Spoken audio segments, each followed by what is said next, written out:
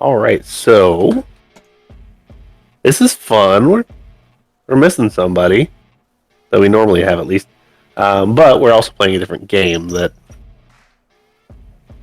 still has cats.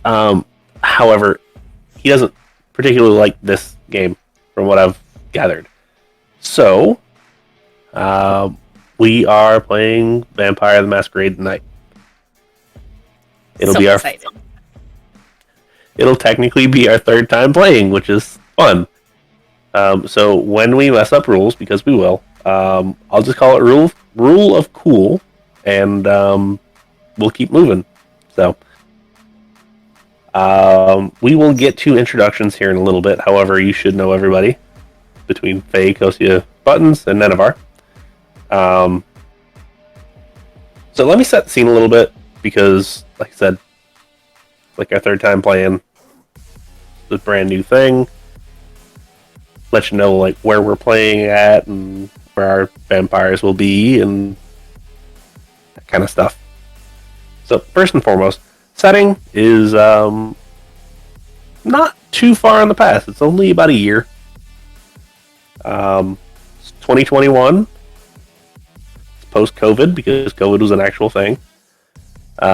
Which we actually had a little bit of fun with one of our session zeros. And we are in Atlanta. This is post Second Inquisition. So, the Sabbat that have been ruling the area is pretty much pushed out at this point. Camarilla hasn't made their way back like they had prior to the Sabbat. So this is mostly a free state. The Anarch technically has claimed it for themselves. However, whether or not that stays the case is to be seen.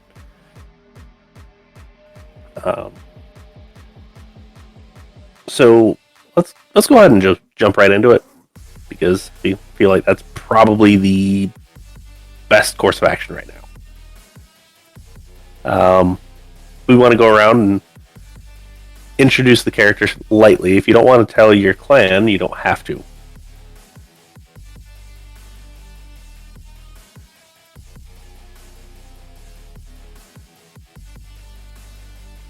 Starting at the top, working our way down. Sorry. Okay, if I have to cut this out, I have to cut this out, whatever. Our symbols are on the thing. Should I remove them for now? They will also be on the introduction. That's true. We talked about this. Yeah, I didn't think about that. So yeah, go ahead and clans and everything. Disorganization! Woo!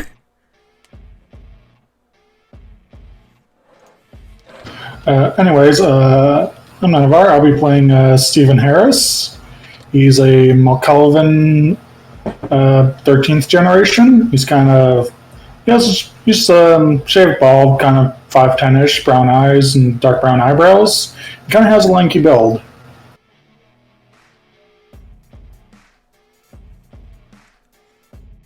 I'm playing...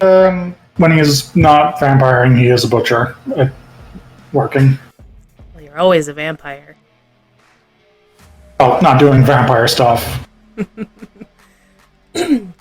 I'm playing Victoria Griffin. She goes by Griffey.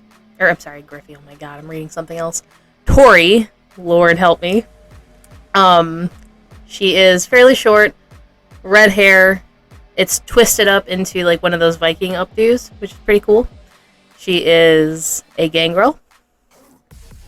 And also a 13th generation. I guess I'm next. Okay, so I will be playing Beth Marks. Beth is a fairly young woman in her 20s. She has a sturdy, active body with long hair and bangs. Currently it is pink, but she dyes it as she likes, with a soft and comforting face. I will be attempting to play a Braha as best as I can, and Beth is 12th generation. Also a driver, taxi driver, Uber, Lyft, whatever. Then last but not least, Hi, I'm Buttons, and I'm going to be playing Shiloh the Salubri. She is an average height young woman in her mid-20s, very pale and thin, and she kind of has this very gaunt look about her. And she often wears a jean jacket with a bunch of patches on it and a beanie pulled down low over her brow. And when she is quote unquote not doing the vampire thing, she works the night desk at a nursing home. so obviously all of our kindred are otherwise employed, for lack of better terms. Sort of. They have source of income outside of vampire stuff. So, we are actually going to start with our resident butcher. What exactly are you doing this particular late November? Is just after Thanksgiving, or at least American Thanksgiving. What are you doing this evening? It is a weekend. Obviously, working in the butcher shop, the cattle need to eat, so try to keep them fed. Okay. You're about halfway through breaking down one of the cows that you got in that day, and your phone goes off. It's from a number that you don't necessarily recognize, but getting odd texts from numbers isn't completely unheard of. And it simply says, "Get a hold of Tory."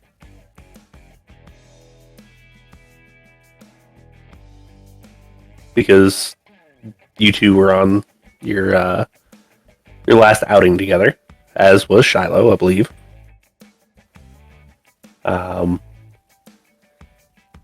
And that would probably be the best contact for you. Beth, are you doing anything special on a Saturday night? Probably just working. Gotta make that money. Okay. You get a similar text message. So this one says, "Get a hold of Shiloh. It is urgent." However, you do recognize the number. Okay. Knowing that Shiloh works at the nursing home, off I go towards the nursing home. Right. Same thing with Shiloh and Tory. You both get a text message saying, "Meet me at this address." And it gives an address. Shiloh and Beth, you would both know that this is the number for Baron Hughes. It's likely not going to be her and herself that meets you. However, you do know that that's where the number came from. Tory, you just... with yours, it says the same thing. Mm-hmm. However, at the very bottom, it says Baron H. Okay. So you would know a general idea of, yeah, that's probably who it is. The address given is actually a currently shut down restaurant in the upper part of downtown. When you walk in, it's well lit. There's plenty of tables about, and it, for all intents and purposes, should be open. However, for whatever reason, it's not. On the far side of the room, you can see all of the bodyguards, all of the people that she tends to keep around her. However, she greets you at the door, personally, actually. And with Shiloh and Beth, she gives you a big old hug and She's like, "Oh, I'm just happy to see you guys again. It's been so long." With Tory and I just blanked. Steven, sorry. When you come in, she gives you a formal Southern greeting of a handshake. She kind of gives you the same thing of, "I'm happy to meet you two. I've heard so much about you from the other barons, and I hope to have a long and prosperous relationship with you guys." Of course, Baron.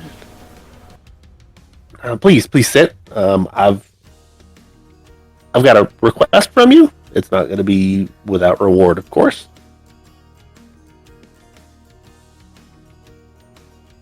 But after a couple minutes, she brings out some champagne flutes with some red liquid in them. She's like, please, if you're hungry, drink. Which, by the way, we have to settle that. So if everybody would please take one of their dice and roll it for me for your rouse check for the evening.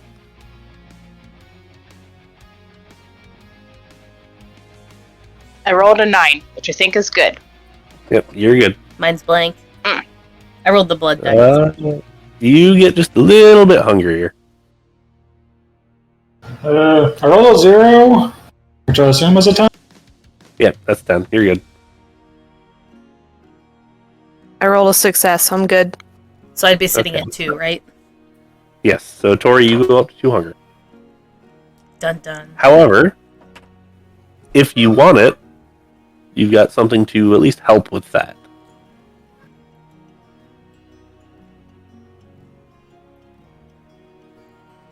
Baby. With what? Okay. However, like I said, they're sitting in front of you, so if you do want to partake, you can. And she sits down, she's just smiling ear to ear. She's like, so, quite simply, I need something that I lost a long time ago brought back to me. I used to live here way back in the day. I was lucky enough to get out, but I liked the city so much that I came back. And I've been looking for this thing ever since, and I think I finally found it. And what is it you'd have us be looking for? It's just a small jewelry box. It's got some things of mine in it.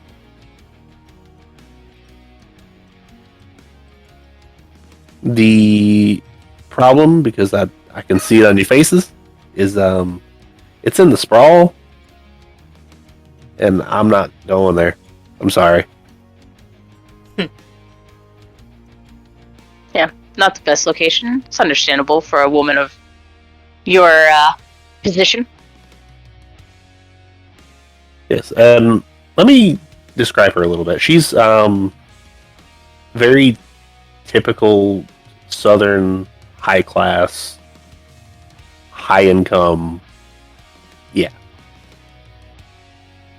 So yeah, her going into the sprawl, which is a low income, fairly high crime area, probably not the smartest thing. She's like, well, thing is I can't guarantee exactly what you're going to find down there. I don't think it's going to be super dangerous, and if it is, I do apologize. I'll pay you more for anything that I need to. But the main thing is I just need the jewelry box back. That's all I need. You don't have to look inside it. You don't have to make sure anything's in it. I just need the box back, please. Okay. I personally don't have an issue with this. Also, I don't know you two. Hi, I'm Beth. Shiloh's personal driver. Whenever she needs. Tory. Sure. Nice to meet you. Well, I do apologize. I did not realize that you had met everybody. I just I had think assumed that because I knew Shiloh knew them, so I thought you knew them, and I apologize. It's alright. I think Shiloh, you mentioned you met them whenever I was out of town, so it happens. Yeah, I felt it prudent to warn some of my close contacts about some of the more unsavory characters we ran into that night. Us included, then.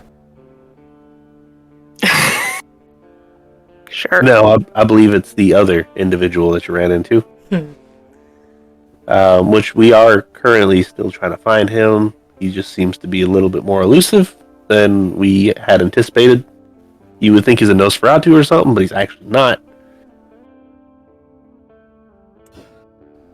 But anyway, do y'all feel like you need anything from me to go and take care of this right now? Because, I mean, I can get stuff. It might take me a minute, but I can get it for you. Information would be helpful. What do you have? Where is it? Yes. As far as the address, she writes it down on a piece of paper, and it just reads 1356 Oak Drive. Let Beth take that one. Fast question for you. Would taking the drink be an issue for Tory? Not necessarily.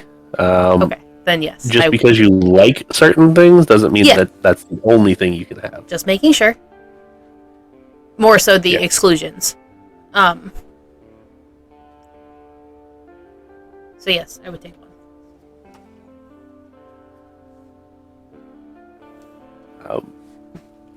How about y'all?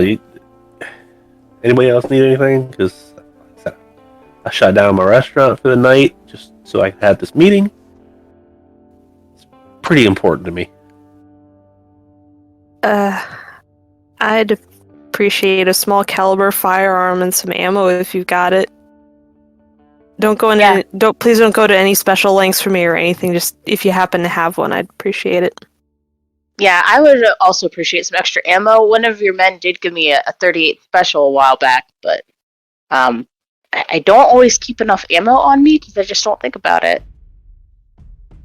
Yeah, and she just kind of thinks, she's like, tell you what, I got the perfect thing for you. And she kind of walks up to one of her guards and she's like, I'm taking this. And she just grabs the firearm off his belt. And she walks over to the ghoul that you met prior. And she just kind of holds her hand out. And he just kind of like huffs a little bit and takes something out of his jacket pocket and puts it in her hand. Walks back over and it's got a speed reloader with 5 rounds on it. And lays down something in front of Shiloh. Doesn't look like it would take a very large caliber. But it's definitely what you asked for.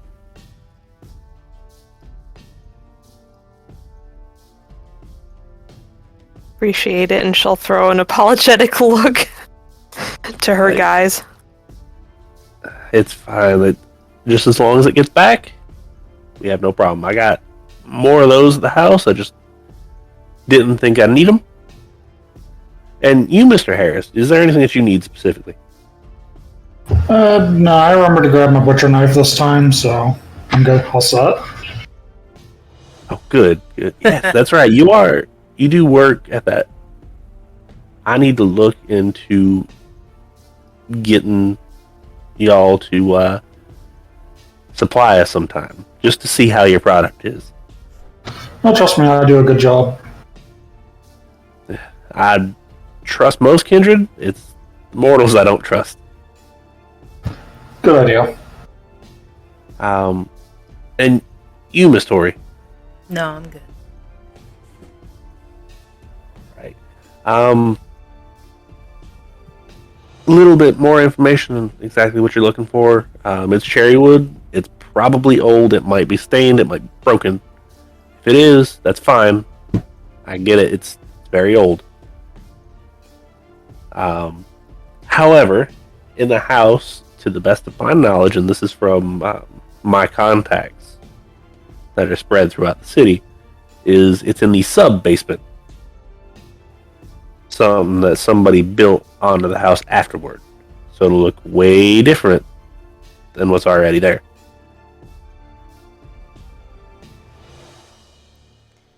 Is there anyone living there that you know of? The house is technically abandoned, but I wouldn't be surprised if you found some vagrants that were taking up residence there. Does Tory recognize the address? No.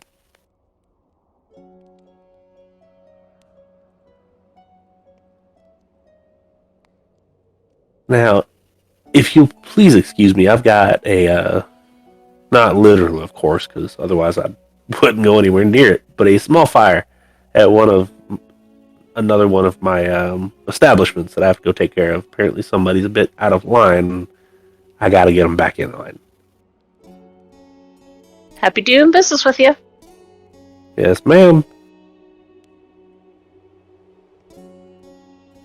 And she gets up, and a couple of her bodyguards go off in the back with her. And the rest of them kind of wait until you leave before dispersing. Beth, have you made any adjustments to the vehicle that you were given? Maybe, possibly. That is a great question that Cocia did not think about. Yes. Dolly definitely would have gotten some upgrade, you know. I don't know what kind, but any money would have been, I've received would have gone into her. Yes, I named the car. The car's name is Dolly. That'll work. I would assume probably a different paint job because it was all black. Probably, yeah. Performance-wise, though, it was top notch. It was good, yeah. And it was already armored too, so that's fun. So yeah, just minor cosmetic stuff. Yeah, I assume. Cosmetic. And it is a rather powerful Dodge Charger Hellcat. For those of you that know what that is. Yeah. The one non-driver in the group is the driver in the group. Anyway. I kind of know what the Hellcat is. I've looked at them before. Yeah, it's fast. It's a nice car. So you pull up to the dress, and as Baron Hughes said, it's completely abandoned from what you can see on the outside. The street itself isn't. There are a couple lights here and there. Nothing too illuminating. You can hear some arguing off in the distance. You can hear some dogs barking. There are a couple stray cats that are just kind of like checking out who you are, what you are. But as you pull up, the house itself is completely dark. The chain link fence is very rusted. The grass is fairly well overgrown. However, there is a clear path into the house. Is the door shut, windows bar blocked out, anything like that? There are boards over the windows, and the door is shut. But you aren't necessarily sure if, like, you were to go up to it and, like, just touch it, if it would just fall over or not. Right. But all the windows are boarded up. We cannot see inside. It's poorly boarded. So you can see in between the gaps if you go up and, like, stare in there. How much attention is everyone paying to us / the house? Right now, you got a couple weird looks driving in the car that you drove in on. Okay. But right now, there's no actual attention on you.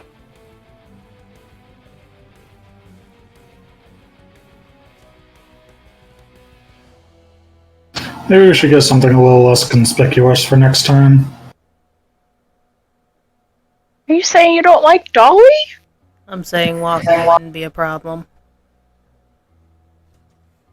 Dolly's fine, just a little flashy. Have you seen this neighborhood? This car does not belong Yeah, it doesn't. Doris would have fit in good, but Doris kind of got blown up last time, so Poor Doris. it's very sad. So what's the plan?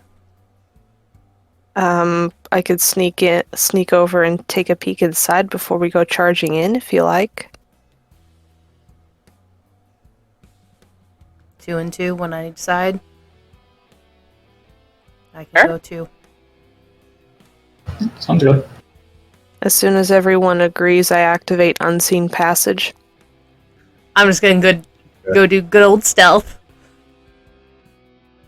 Alright, so Unseen Passage, I believe, requires a rouse check, right? Mm-hmm. Dang it, I get hungry. Yeah, just a little bit. A little bit hungrier. Nothing too bad. Just one. However, there is that voice in the back of your head that kind of starts nagging at you just a little bit. Just a tiny, tiny bit. For everybody else that wants to go the more mundane route, roll me a dexterity and stealth.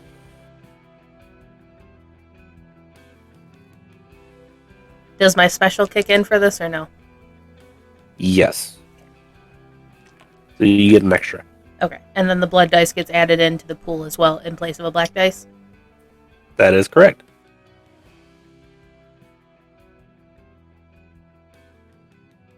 One success. Okay. 5 successes.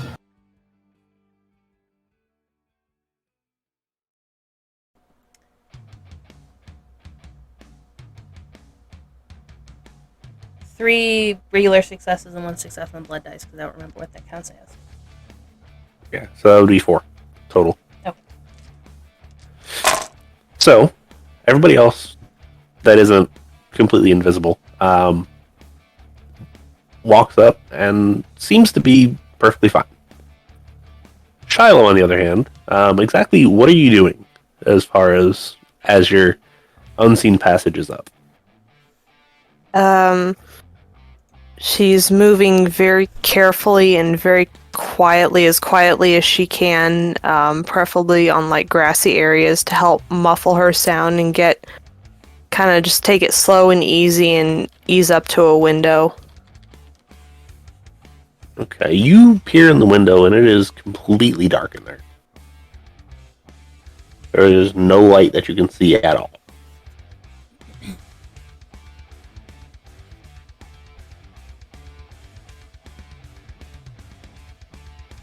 As far as everybody else, once you're up to the house, what would you like to do? I want to look in one of the poorly boarded windows. Okay. You see much the same. No light in the house. Eyes of the Beast. All right. And I believe that one's free. Yes, that's what I was checking. It is free. My eyes are blood red. All right. So, Tory, you kind of nose up to the window. You don't see anything. You're like, well, I don't really like this, so I'm going to activate my Eyes of the Beast. And when you do, you immediately see that the house is pretty much covered in trash. However, through an open door on the inside, you do see a clear walkway.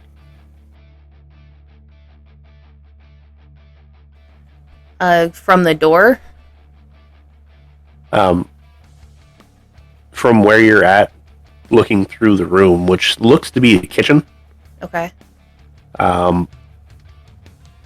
You can see through that there is a walkway Oh, gotcha. leading further into the house. Okay. No signs of movement or anything so far? No, nothing so far. Okay. I will convey that to the group.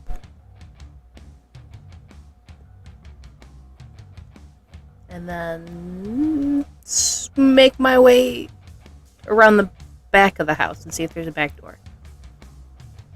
There is a back door. And this, you can tell, is just kind of propped up in the door frame. To move it, just pick it up swing it over or slide it over. Yeah, I would like to quietly pick it up and set it against the side of the house instead of in the doorway. Okay, yeah, that's easy enough to do. I mean, door's not that heavy. And looking into the house at this point, you can see a clear path straight through the house. And you can see the basement door seems to be slightly cracked and possibility of just a little bit of light. Okay. I'm sorry for dominating. Anyone else want to do anything? Oh, you're fine. You're fine. So we're not alone here, huh? Somebody might be inside. Looks like someone should find Shiloh. Shy. It's okay, I'm right here. You hear a voice whisper from the darkness behind you. Don't do that. Can't help You're really it. good at hide and seek, You Shy. can help it. Do you want me to go in or not? Yes. Okay. And then Shiloh will kind of ease her way around the others and in as carefully as she can. Okay. Once inside, there's a very stark difference between the smell. Outside, it doesn't smell particularly great, but inside, it smells awful. And if you ate normal food, there's a possibility that you could get nauseous. However, since you don't have those same reactions. It's still not a pleasant smell, but it's bearable.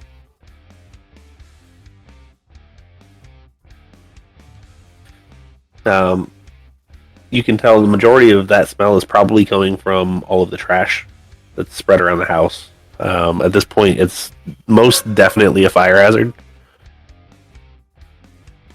However, as long as nothing lights it on fire, you're probably fine. Exit strategy.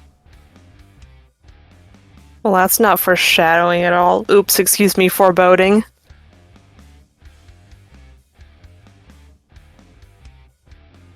Can I, now that I'm inside, can I hear anything that I couldn't hear from outside? Give me a wits and awareness, please. Alright. What is my wits and awareness? Okay. What's this? 3 awareness. So 3.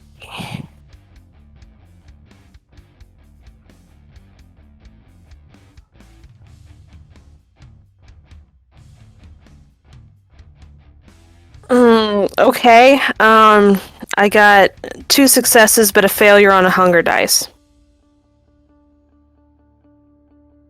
Okay.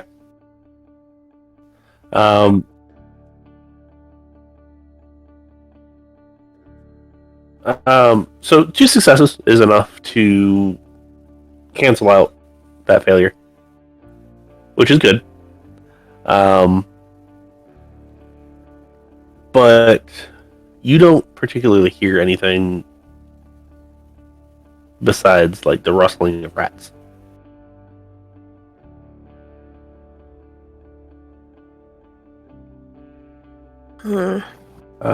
You proceed further into the house, and you can see even the stairs going to the small upstairs is completely just packed with trash and just nastiness.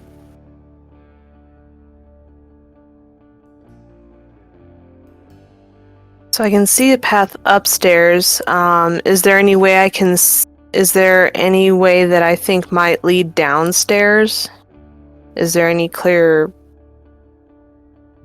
The basement door seems to be clear of pretty much all of said trash and other items.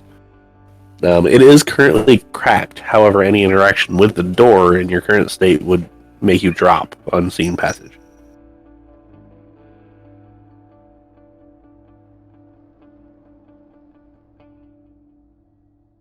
Okay, can I Can I just go over to the basement door and listen for just a moment?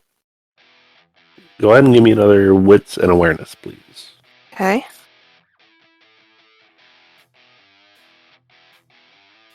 Okay, a little bit better this time. 3 successes. Okay. That is just enough to hear a very, very faint. I swear I heard something up there.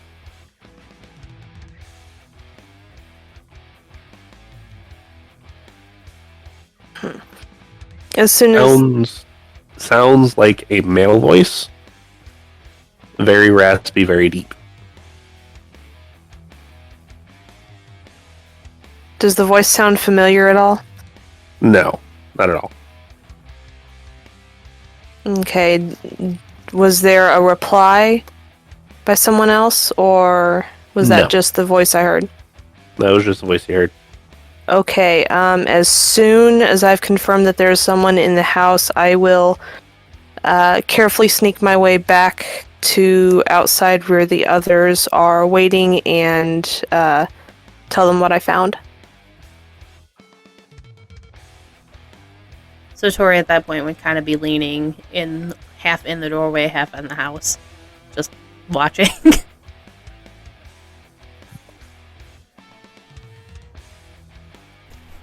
What about Do you want me to open Stephen? up? Go What ahead. about Stephen and Beth?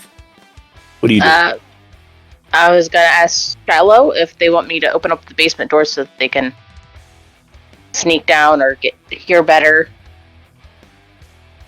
That way it doesn't mess with your ability.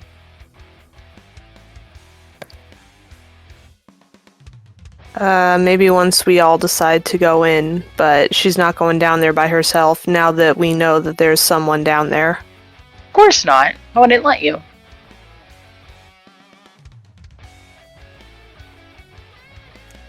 I could make a distraction. I could be a distraction. You very well could. Nothing that will let them know what we are, right? No.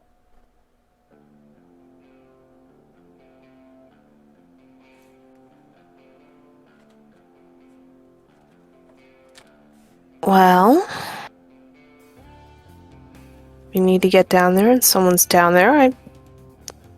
I'm not entirely opposed to a distraction if you think it'll. A stray dog is Actual- not unusual in this area.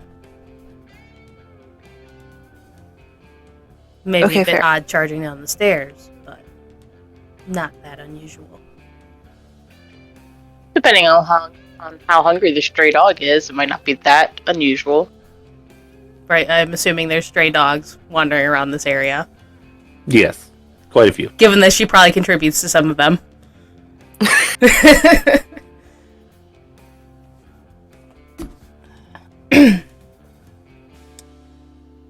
Is that what we want to do? I mean, it's a risk if they're like us, but if you're willing to take it, I don't see why not.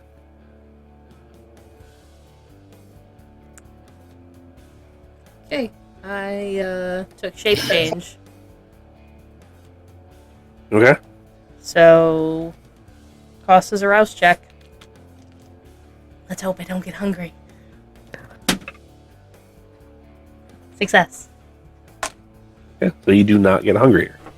That's good. So it says roughly the same shape of their original mass. I'm assuming she's about 250, roughly. So a big dog. It's a big old puppy. It also says that it can look like what they partake in most, so I'm assuming it would look similar to one of her pets. Or a mixture of them. Yeah, probably a mixture of. So it's just this fluffy mutt.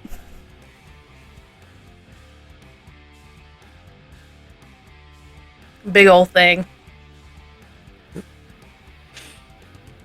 What does said puppy do? go over to the door and try to nudge it open, or wait for Beth or Steve to open it. All right, just be patient. I said I would open it. And Beth will go over and good puppy. Door. Yeah, I didn't think you'd like that. Yeah, so you crack open the door just a little bit. You can see downstairs a little bit. You can definitely tell that there is some sort of light source down there, albeit very, very dim.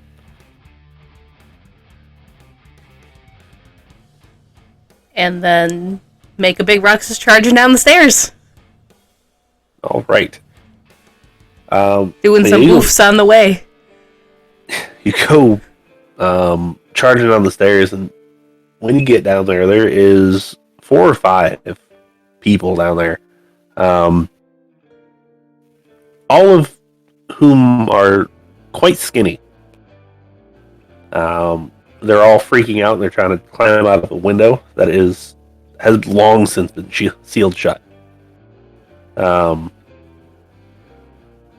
There's some curses going on, saying something about a dog, and I hate those things, and get it out of here, and Jim, help. But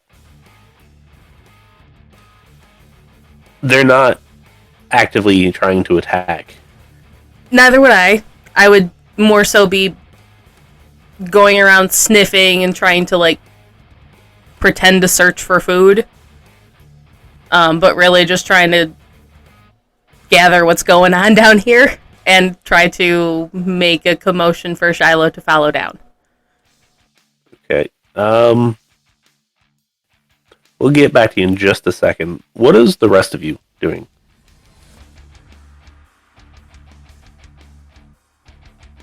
Holding back just a second to hopefully give Shiloh time to go down and then follow after. Once the screaming starts happening, Shiloh will ease her way down the steps. Still obfuscated. Weird question.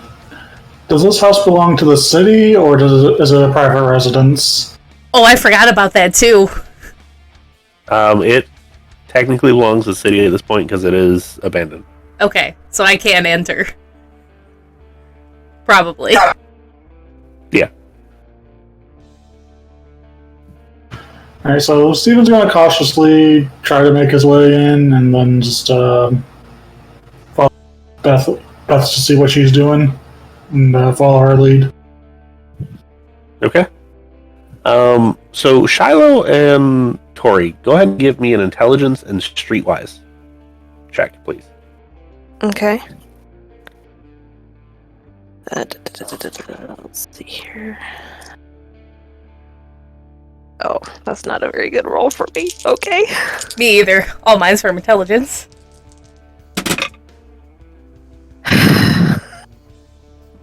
I got 1 success and it was on a blood dice. Oh no. Okay. I got 2 successes and then 1 blood dice success. Okay. So Shiloh, you've been fairly sheltered in your life, apparently, so you don't recognize exactly what this is. However, Tory, you've been around the block a little bit, especially in this area. You realize this is a homeless, like, drug den. This is what they're using it as. Is it? Good time. Using it as. There are just random paraphernalia scattered around. All of which very dirty. Well used is the most gross way to put it. Ew. Yeah. If you were of a certain proclivity and if you were a little bit hungrier, might affect you, but not in its current state. Cool. Same thing with you, Shiloh. So they're just trying to get out? Yes, they are terrified of the dog. Good. I will try to keep them away from the stairs for a minute. There's nothing else going down here. No obvious sub-basement to find. Not on a primary glance, no.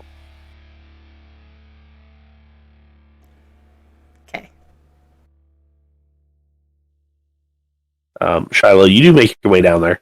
Eventually, you kind of get a better look around, not having to focus on the massive screaming people. Go ahead and give me an intelligence and awareness check.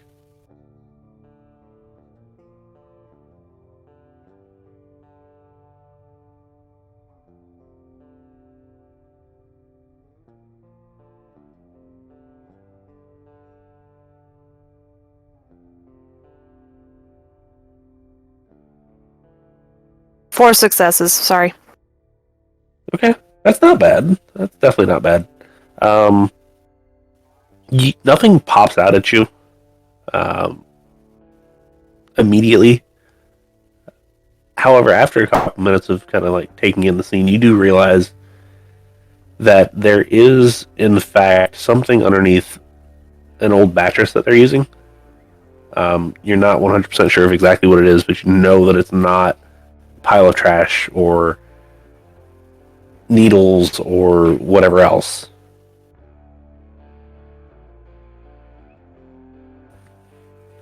The two upstairs, you hear all of this going on. They're screaming and like trying to break out of a window, and you can hear them like smacking on a wall. And a couple of them are crying at this point. I think Amazing. it's safe to say that those are just normal people down there. What do you think? I'm thinking of them are a little under the influence. Probably. But, I mean, no threat to us. Should we act like heroes? Well, Save them from the big dog? well, they might feel a little threatened by us and try to come for us, but it's up to you.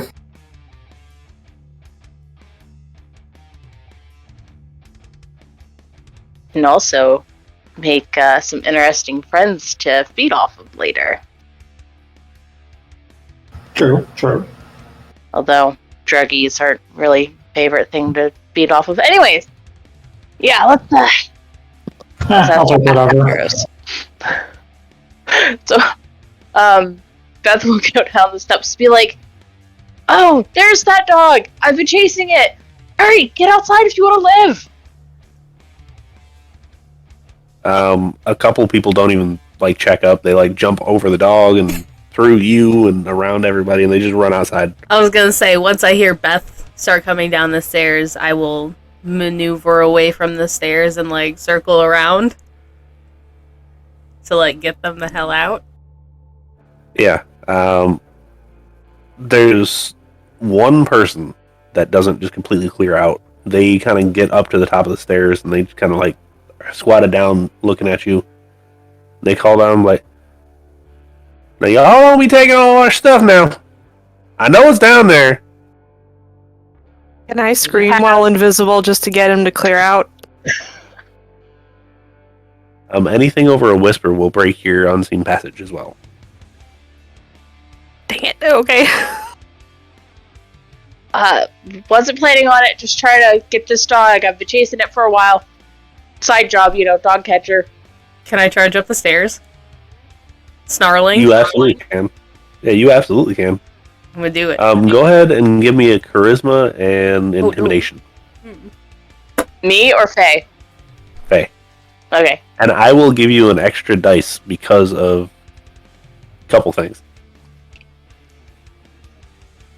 So an extra dice? Yes. Oh good, that brings me up to 4.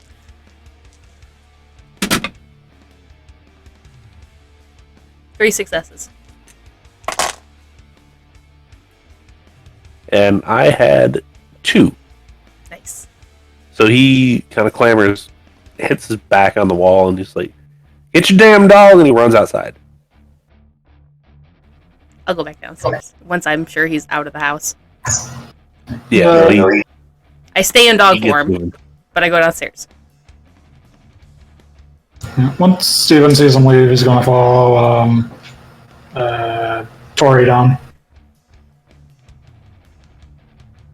All right.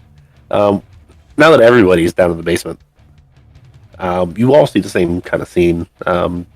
Needles, pipes, all sorts of other equipment that would be needed.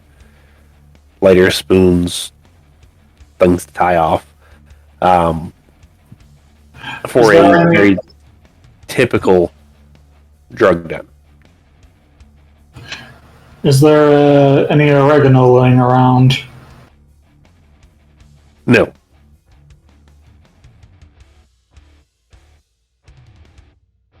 As soon as everybody's down, Shiloh will drop the unseen passage and become visible and, well, barely visible in the darkness once again. Well, that was fun, guys. No, Tory, Dengle, don't die.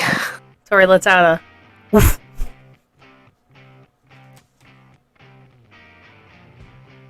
Good. You I think. sure? Yeah. Oh no, we killed him. What a coterie this is. No, I did. First day going and we've killed the DM. Sorry, We haven't even sorry, the done anything storyteller. yet. All right. No, I'm good. Proceed. Yeah, we aren't technically even a coterie yet, actually. Yeah. We're getting there. But not quite yet. Yeah. Shiloh will point out the mattress that she saw earlier that looked like it might have something under it. Oh, all right. Yeah, let's just pull this aside as best as we can without touching the nastiness. Steven's just gonna throw it. Okay. Yeah. You just kind of flip the bed over. For some reason, it's a little bit wet. Yeah, just a little bit wet, but Wet. it doesn't make it that much heavier. Definitely not heavy enough for you to really notice. And underneath the bed is an old style like ring trapdoor. However, the door that it is attached to is actually metal.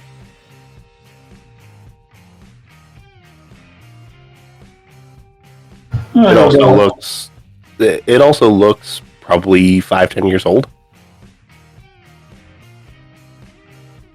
I'll just go ahead and give it a tug.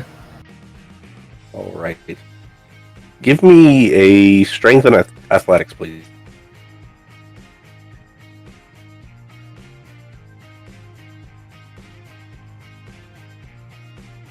3 successes.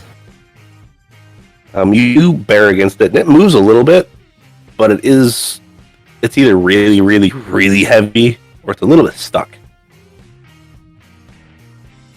Do you need help, Stevie? Yeah, this thing's on here pretty good. Alright. I think I should be able to help you out a bit. I don't Tory know will just how- watch out in amusement. Just sitting, just watching. Judging. Yes. So does he get to roll again, or do I roll again? How does that work with assistance? So how this works is one of you rolls, and then however many successes you get, the other person gets to add that many to their pool. Okie dokie. So whoever wants to roll first, go ahead and do that. Well, I get 3 dice. So I guess let's You'd probably make more sense to roll first and then him. see here. Only 1 success, sadly. Okay, so you can add one more dice. Or one more die to your pool. Alright. 4 successes. And that would be enough. You're just off it before. And it swings open with a loud creak.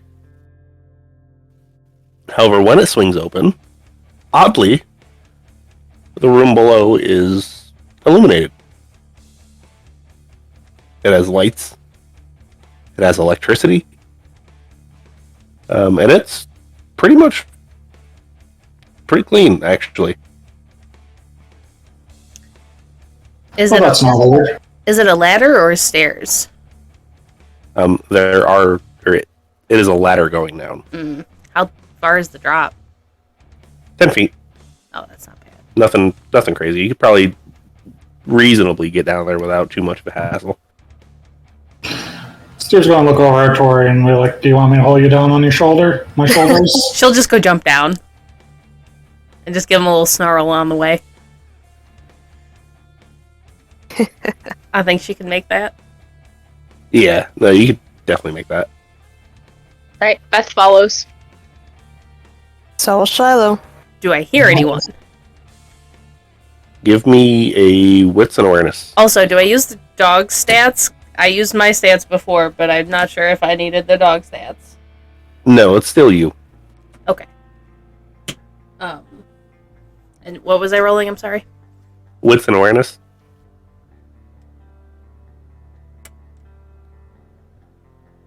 It's 4.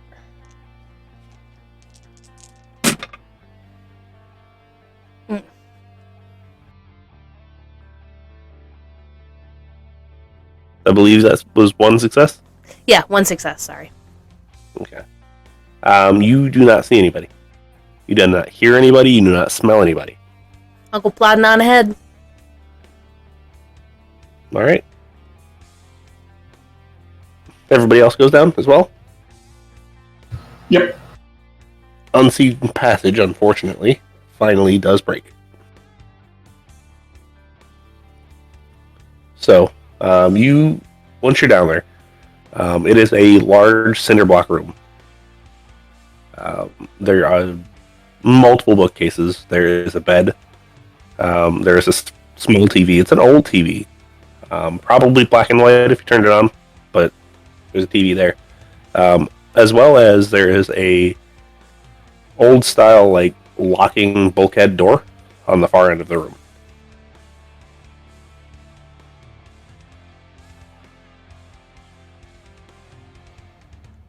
Is Julie Box anywhere in here? To the best of your knowledge, you're the only one in there. Is the bulkhead door closed? Yes, it is currently closed. Okay. Anything interesting on the library shelves? It depends on what you. shelves? It depends on what you deem interesting. There is a lot of like pop culture stuff. You know what Tory likes. Yeah. There's quite a bit of like movie stuff, movie books, and like fantasy books, but there's not a whole lot of like academia. Okay. Then, so I'm assuming the box we're looking for isn't in here visibly. You can search around and see if it is. There's a couple places that it might be, but Probably won't help much as a dog anymore. I will drop shape change. okay. I assume everybody takes a couple minutes, kind of searches high and low. It's not in here. However, you do find a couple blood bags. You do find a journal, but it's not written in English. Is it a discernible language that we can figure out? Yeah, I would say it is. I'd say that you'd be able to recognize French when you saw it. Okay. Whether or not anybody actually speaks it is a completely different story. However, That would not be the language Tory knows. Steven knows Spanish. I don't have any extra languages on this one. I didn't No, I do not. pick any. But there's one potential background one, but we can talk about that later because I forgot. Do any of us have a bag on us? I'd assume so. I mean, a messenger bag or something? Can I assume I have one? I mean, it wouldn't be out of the ordinary to somebody have like a backpack. Okay. Yeah, just like cross the chest backpack, if that's cool. Put it in the backpack, I guess. Why not? Okay. Make a fun project for later. So if there was nothing else, bulkhead door. Sure. The blood bags make me worried that a Kindred is here. This was Baron Hughes's basement at one point, yes? Years ago, and she said this was new. You could be relative. Blood bags don't last years. No, they don't. Do we know how old these blood bags look? By any They chance? are still liquid. I was gonna say they'd be dated, wouldn't they? Yeah, probably. They're relatively fresh. Within the last week or so.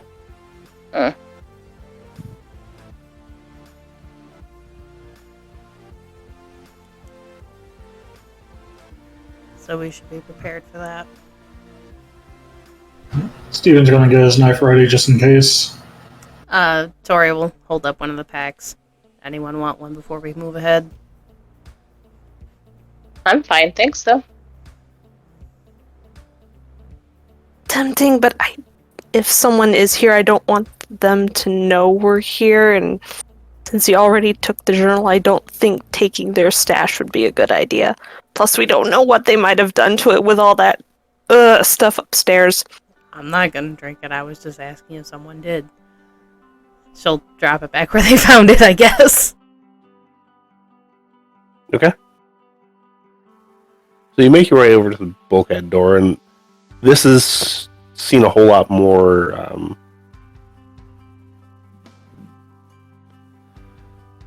movement than the trapdoor has. This slides right open, not even a squeak.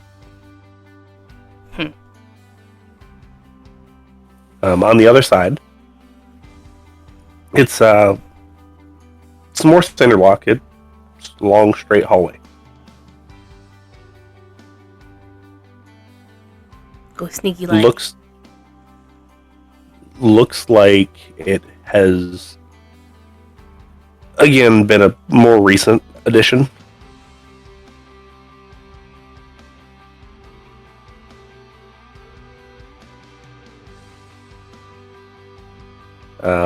And there is a string of iridescent lights going down it, so there is light. Are they fairy lights? Do they twinkle? No, not quite. Make our way down quietly? Yes. So you make your way down, and you come to another room. This one is a bit more crude, a bit more kind of slapped together rather than neatly put together. There are 4 other tunnels going off of it, as well as a ladder going straight up to what you assume to be street level. I'm sorry, can you repeat that first bit again? This room seems to be a bit more crudely thrown together. There's a couch, there's a table, there's some books, there's a pack of cards, but off of this one, there seems to be 4 tunnels, including the one that came out of, as well as a ladder that goes straight up to ground level. Is the ground level one closed, like fully closed? Yes, it is. Okay. Do we see the box in this room? Not readily. Okay. Someone want to open the door? Can I get everybody to make me a wits and awareness, please?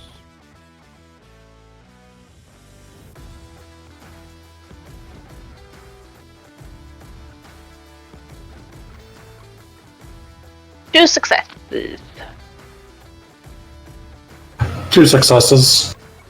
Crit successes count as 4? If you have 2 of them, Yeah, yes. a pair. 5 successes. Okay. 4 successes. All right. And- So, The blank blood dice on those means nothing, Nothing. right? Okay. so Shiloh and Tory both hear kind of like a real light brushing against like a stone coming from the eastern tunnel. One to your right that you came out of. Quick turn to the right. You don't readily see anybody, As but soon you know as you absolutely heard somebody. as soon as Tory moves, I put unseen passage back up. Okay. Go ahead and give me your rouse check. Oh, I should have kept that blood bag. I passed. Just splatter it. All right. So yeah, you kind of just disappear. Is there just like an open wall in front? So like we're here. The noise was over here. Is there just like an open wall here that they could walk through, or is there something blocking it? It's just an open wall, an open passage.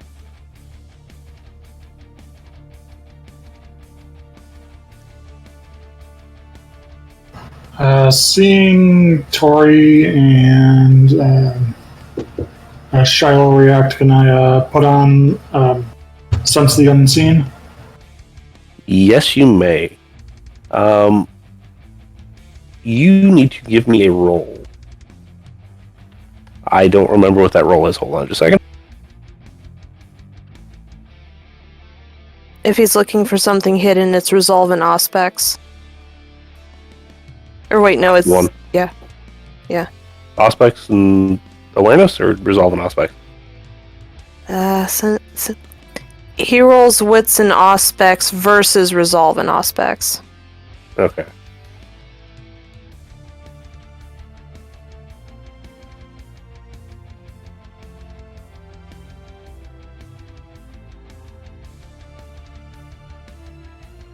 All right. What'd you get? 2 successes. That is enough. You see a rather tall, lanky individual. He's got very long fingers, kind of in tattered clothes. Very long, straight, stringy hair. Kind of glued himself to the wall, thinking that nobody can see him at this point. He is rather disformed and very ugly as well.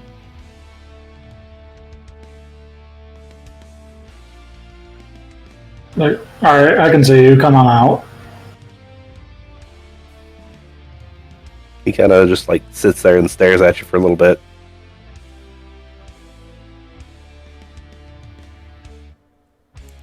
Tory will take a step forward. After a couple minutes of like the stare off, he kind of steps away from the wall a little bit, and at this point, all of you can see him. And you've all been in the community long enough to know what a Nosferatu looks like.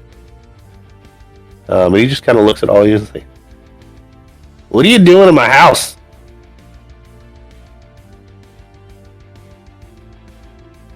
I mean, not technically my house, but you know, semantics. I just need a box.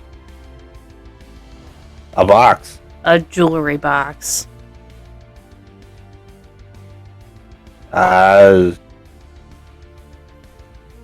Why? You know how the older ones get. They're possessive of their things. Oh, you down here for Clarissa, whatever the hell her name is?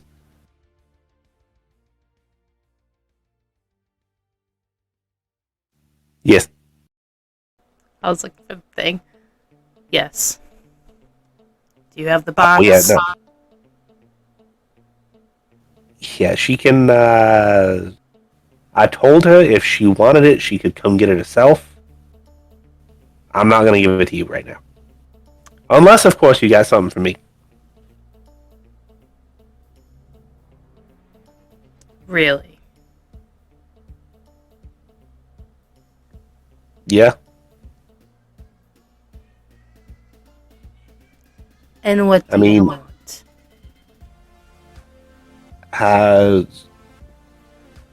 You know what Nosferatu like? I would assume, at least. Shit, are you one of those, like, newborn Kindred? Pretend I am. Oh, hell. Anybody willing to help her out? Not really. This is just so amusing. I love your definitions of things. Continue on, please. Please inform me what all Nosferatu like. He just kind of looks at Shiloh and looks at Steven and Beth, and he's like, you guys are assholes. Secrets. Information. Stuff that other people don't necessarily know. That's what we like. That's kind of how we trade. I have a secret for you. I won't hurt you if you give me the box. I don't really think that you can do a whole lot to me, to be honest with you. No? No, not really. Mm. No offense, it just... If you... Wait.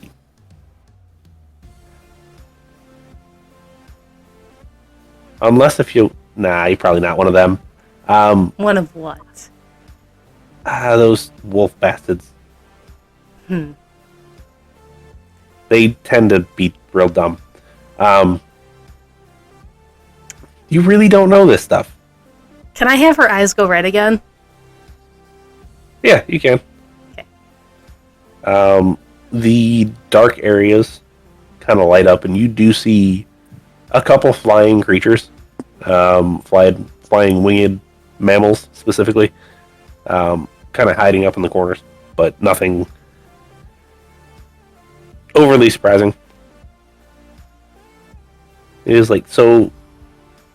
Man, I really miss having this area being controlled by Camarilla, because at least they taught the people shit. Oh, you want So- the Camarilla. Shiloh visibly recoils when he mentions the cam. No, to be fair, I don't like them, but at least they taught the people stuff. Sounds to me like you do. No, I just like people to like have a half a bit of knowledge about us. Well, that's funny, because you seem to have no knowledge of that not all gangrel are stupid. The better part of them are.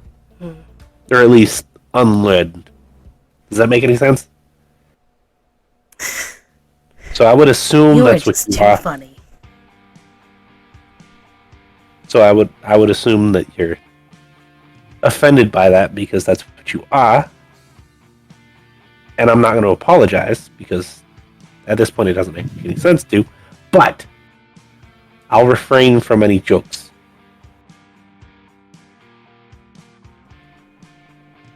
Mm.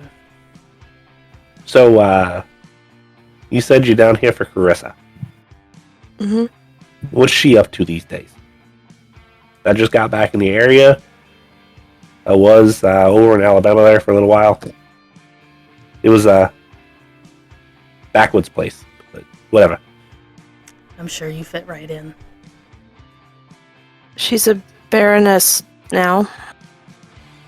Oh, she is. Mm-hmm. That's why she didn't want to come down here like she normally did.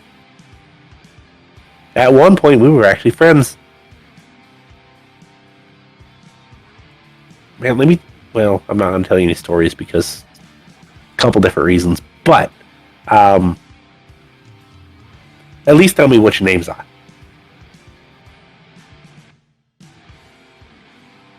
I'm Steven.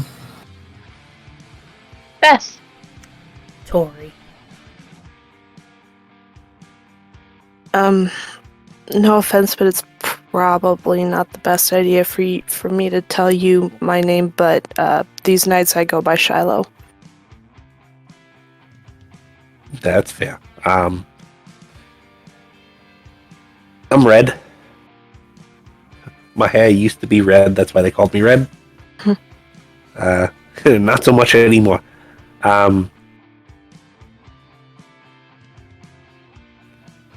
Nice to meet all of you. And I guess...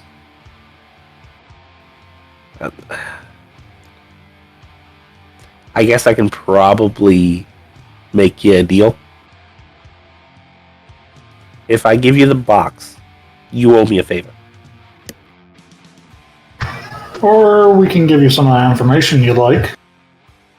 I mean, if it's good enough, I'll give you the box. Are you aware of Serial and his gang of furry vampires trying to take over the city? Or Scalies, or whatever you want to call them? And he kind of thinks for a second. He's like, "You mean the he said cereal? Cereal? Serial, yes. Like, yeah, they.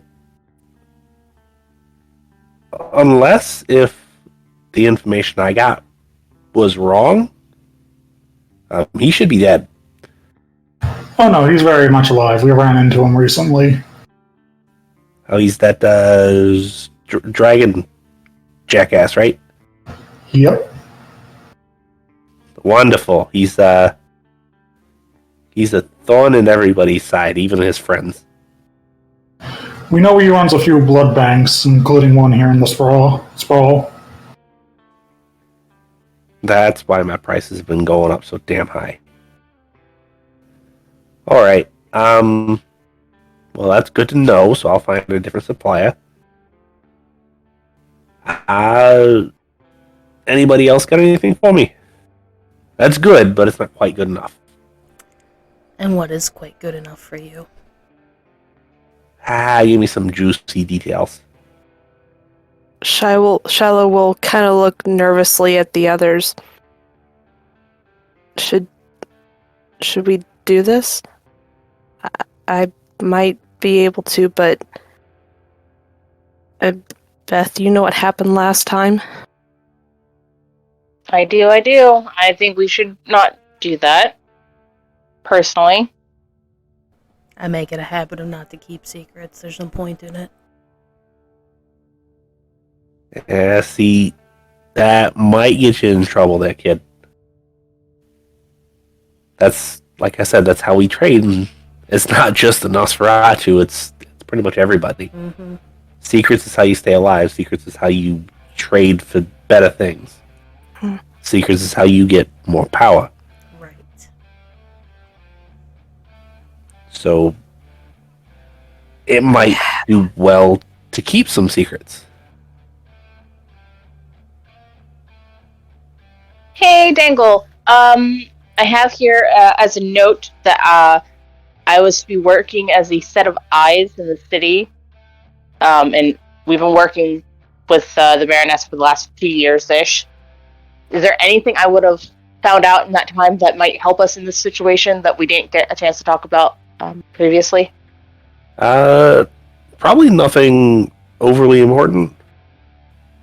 Your eyes pretty much were movements of certain people. Trying to keep an eye out for new people, specifically. Yeah, that makes sense. Figured I'd ask. The best I can offer you is one of the litter. When they come, I breed hounds. Well, you do. That's actually useful. I might have to take you up on that. Maybe. Shiloh will kind of sigh and, And right about that time, the hole above you opens up, and somebody starts coming down. You better tell us that's a friend of yours. I assume everybody looks up. Yeah. Half my No, attention, like a quick glance, and then back to Red. Beth is just gonna focus on Red. Okay, so Shiloh takes a look up, and as does Tory and Steven, and you see a person in a black suit, curly blonde hair, extremely pale skin that's all like pocked up and kind of gross looking. Looks like he's got eye abscesses everywhere. And as he gets to the bottom, he's like, "All right, who you talk? Wait, Beth, Shiloh?" Hi. And you both recognize him as Barney. Hi, Barney. It's good to see you under better circumstances this time. Yeah. How you been? It's been a minute. It's been better. I'm glad to see you got out with most of your skin intact. Actually, I think it still regrew.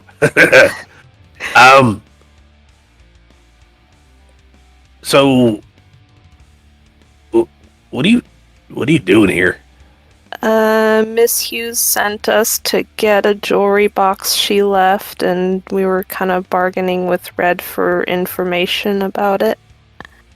Oh, and he kind of huffs a little bit, and he's like, "Red, next time you decide to be a jackass, ask me first."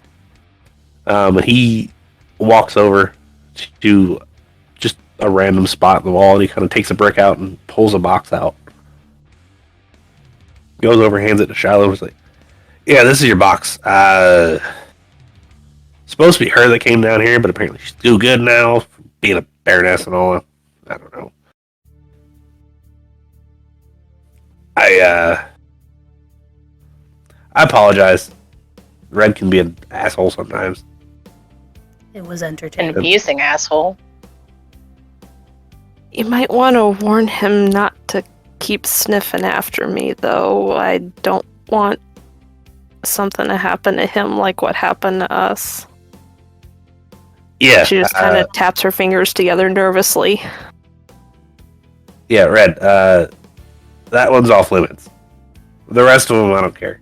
Sniff their underwear if you want to, whatever. You're weird and creepy like that. That one you don't get anywhere near. And Red just kind of looks at him and is like, "Come on now. It's a thing." And Barney I'm just doing kind of this because I don't want you to die, Red. I'll die again. This long. I'm way younger than I look. And if you had to guess, he probably looks about 180.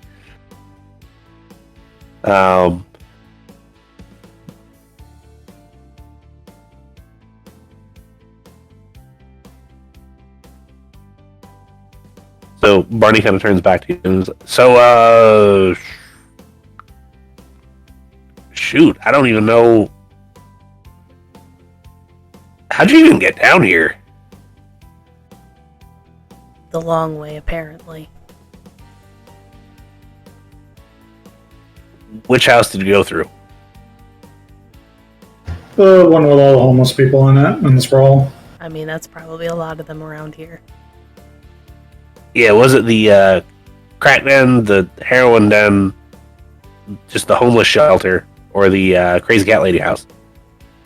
A mixture of everything but the crazy cat lady. Oh, heroin den, got it. Did you run him out? I did. Yeah. I wish I was there to see that. I hate those bastards. It was pretty funny. So, I don't think I've met you two yet. I'm Barney. Tory. Nice to meet you. Steven. Nice to meet you too. Word of the wise, and this is just me talking candidly here. Trust the Baroness about as far as you can throw her. Sure, she told you that this thing's very old. She was here before the Sabbat and all that fun stuff. She came back. It's never been a free state. It's always been ruled by somebody, and right now is the freest that it's ever been. So take that as you may.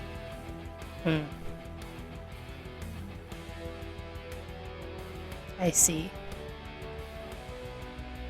That being said, she's probably more trustworthy than she used to be. I trust all Kindred less than I can throw them. And he kind of looks at you and is like, yeah, you look kind of strong, so I would assume you could probably throw them pretty far. I haven't tested it in a while. Hey, Red, come here. Red's like, yeah, boss? He's like, let her throw you.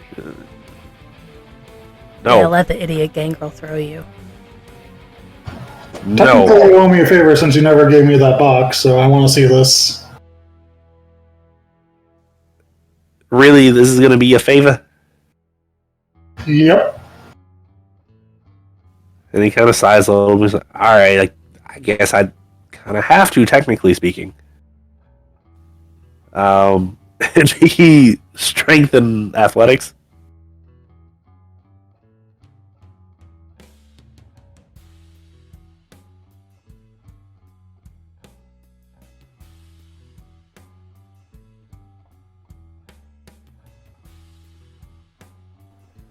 I can send you a picture if you want. So, 2 crits. Every other one is the Ankh. And I rolled 5 dice. That is a whole lot of success. That's amazing. Walls. It's official. The dice want us to bully Red. Just out of curiosity, was one of the crits on the red dice? No, I wish. Okay. I was hoping.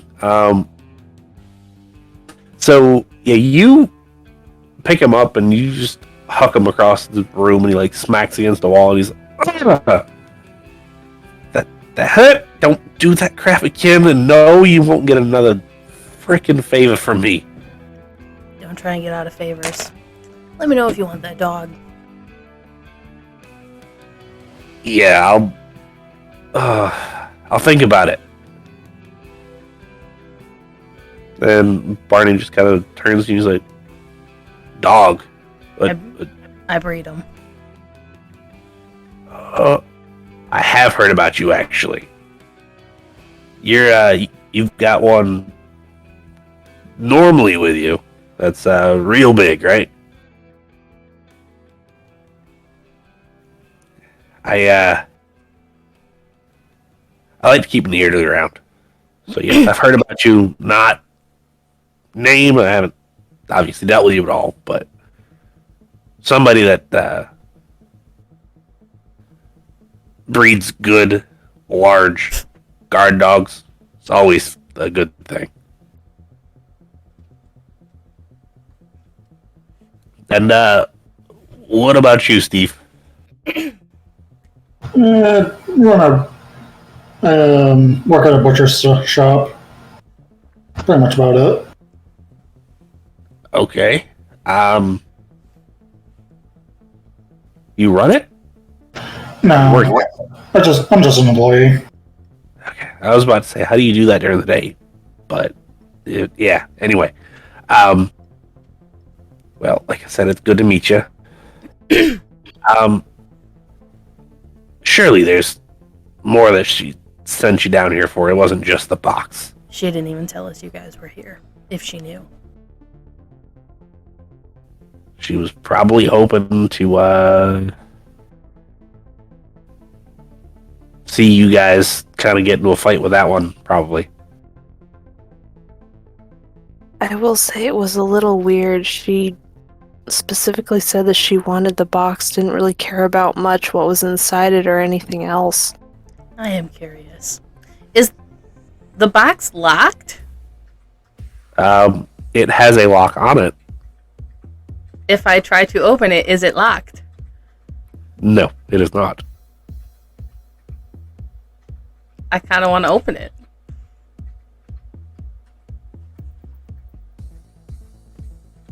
Are we sure that's a good idea? No, I don't know. She said she didn't care if we knew what was inside, didn't she? Well, yeah, but she said she didn't care, but that might be like a test or something, or she could have been lying. Yeah. You have a point, but still. She just wants the box. We can always say came opened. I mean, you're holding the box, not me, so... I'm gonna move over here just in case.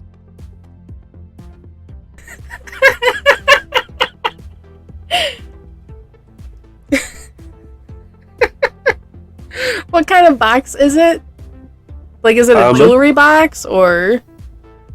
Yeah, it's a jewelry box. It's probably 4x6, like 4 inches by 6 inches. Not very big. Make a sound? Yes. Like metal, or...? Like clicking against wood.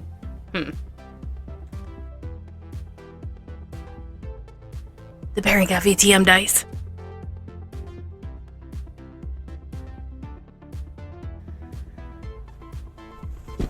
I'll take consensus. You want it opened, I'll open it. You want to leave it, I'll leave it. Unless. Yeah. Did you guys open it? I'm not going to tell you that. And Barney just kind of smiles. And it's, if we told you what was inside of it, it would ruin the surprise. Meaning you didn't. But yes, we did.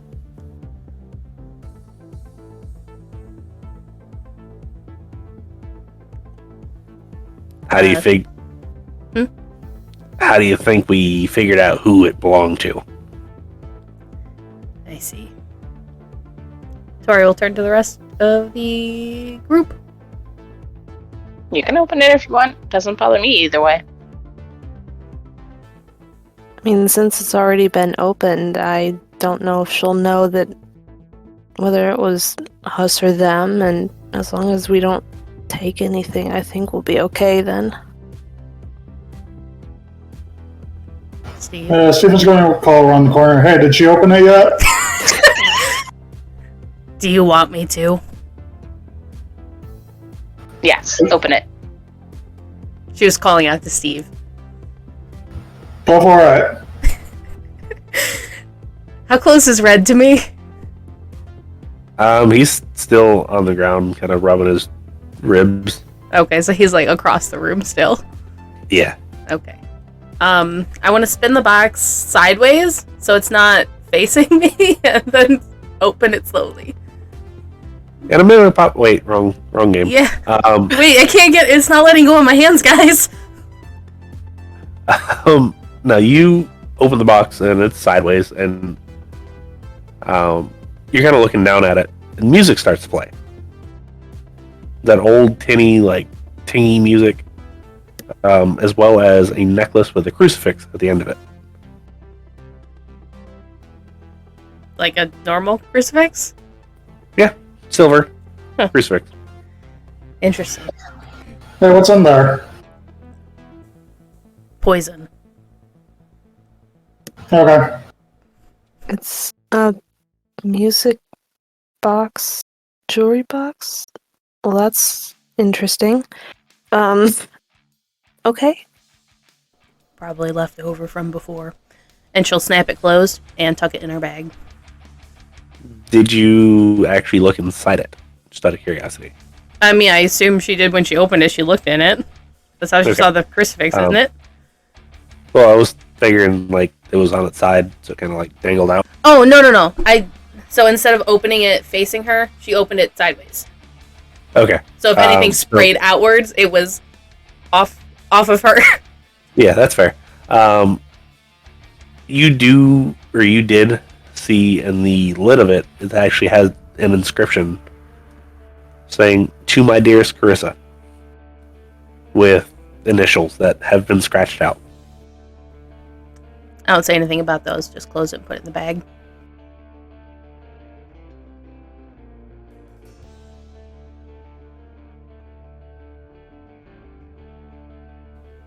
And Marnie's like, at least it was something. I mean, it's not exciting, but it's something. You really hyped it up there. Let me down. I never said it was good. Plenty for you, I imagine. It was funny for me. Yeah. Since all Nosferatu like secrets. And she'll stare at Red. Like I said, he's kind of a jackass.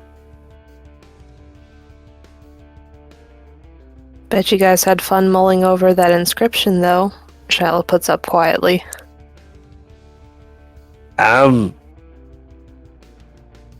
Yes and no.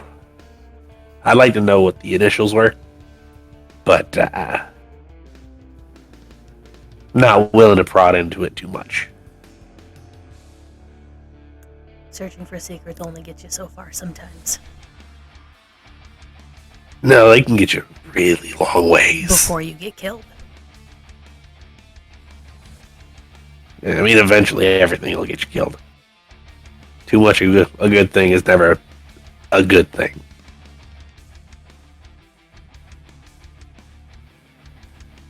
And by this point, Red's getting up, and he's like, "So, I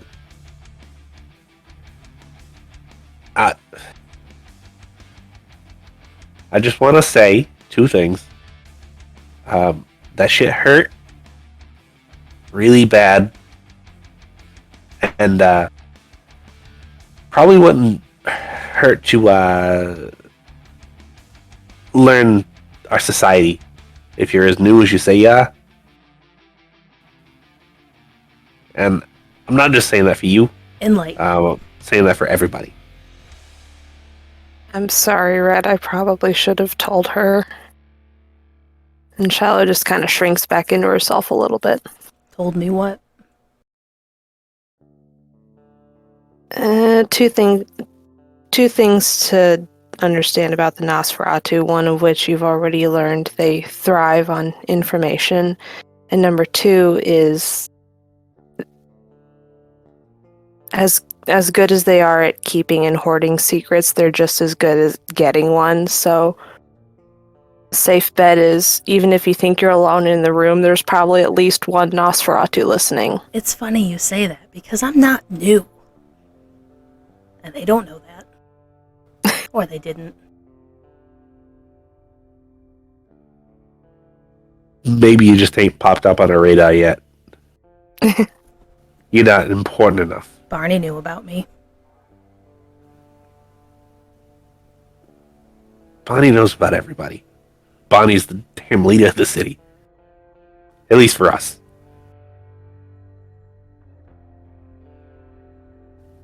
All of the information that we get, he gets. He doesn't let it go out from there. But that's our payment for living here.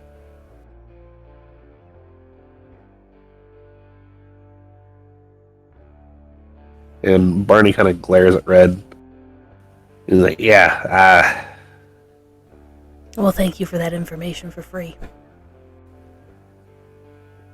you would have figured it out eventually, I promise you that.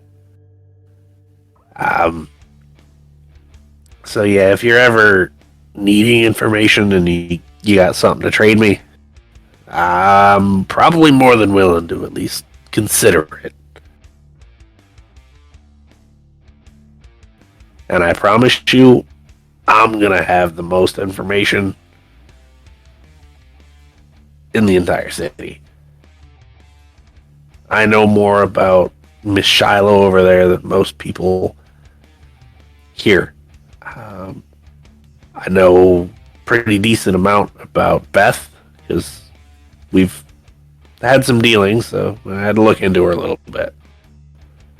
Steven, I don't know a whole lot about you yet. I will. I try to stay off the internet. That's how they track you. You're not wrong. Not really, but sure. I mean, you guys. I mean, just the government in general. Yeah, no, fuck those guys. Indeed. And Tory, like I said, I heard about you. Mm-hmm. Didn't know a whole lot about you. I just knew there was somebody here that I'd eventually contact. Mm-hmm. I've been here a while. So while you're here, any basic information that you want.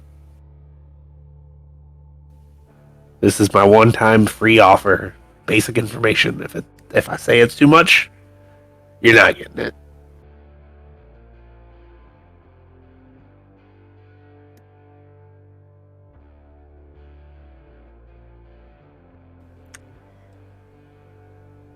I don't know what I need to know. Apparently. There's a whole lot. There's a whole lot.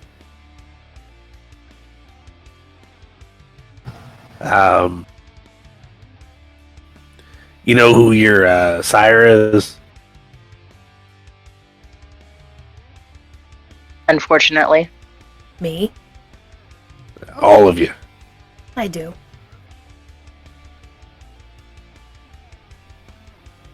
Well, if they did their job properly, they would have at least told you, like, what to do, what not to do, that type of stuff. Obviously, you don't want to give it away that we are what we are. Why am I being treated like I'm new? This is just an everybody thing. Just making sure that we got our bases covered, because I kind of like you. You threw him across the room. He gets on my nerves. So I like you. I want to make sure that I protect all of you, specifically Shiloh, because she had me blown up once, and I didn't like it. So now I have a vested interest. Protect her? I have a vested interest in her now. She's tougher than she looks. Mm. As is Beth. Can't drive worth crap, but it's okay. Hey! Too flashy of cars. Doris was just having a bad day, okay? She broke down later that night. It was very hard for me. Broke Drive down's better. one way of putting it. So, This is why I don't drive. There's a reason why I don't drive either. It has nothing to do with cars breaking down. Have you seen my face?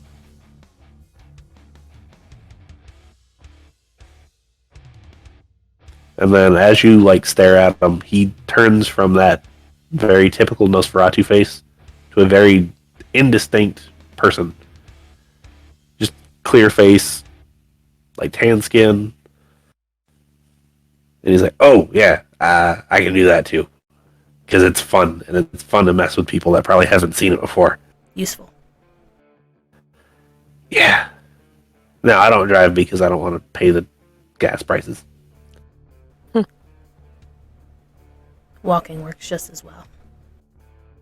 It just takes longer. Well, that's why you take the bus.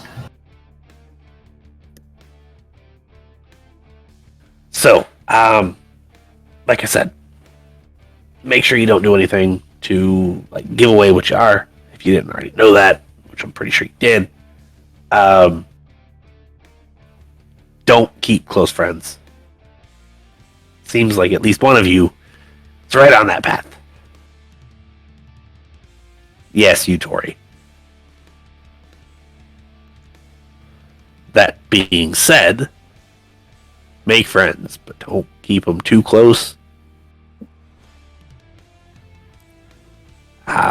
There's this thing that we like to call a group of us that kind of work together. It's called a coterie. I would look into forming one of those.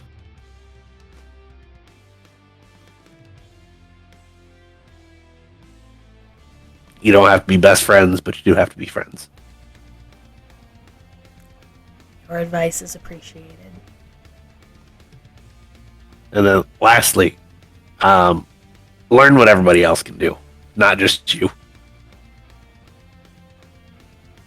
Know the different clans. Know certain aspects of what they can do. Like Nosferatu, we like to be the sneak around and freak people out things. We're also rather strong and quick. I'll admit, I haven't been around too many Nosferatu. Yeah. I'll write up a book for you. How about that? Sure. I'll put it with my other books. I'm joking, of course. I'm not actually going to write anything down, because this information, no. Falls into the wrong hands, and then we have a big issue.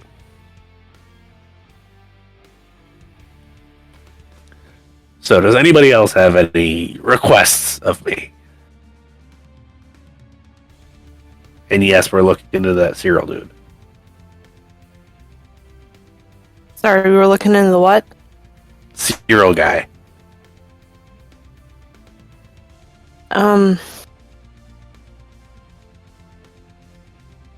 You don't have to give me, like, specifics or anything, but were there any waters stirred after our little thing did that? I mean, you kind of have a nose to the ground a little bit better than I do. Any movement with the ivory tower after we did our thing? I think she means blood heist. No, I mean the other thing.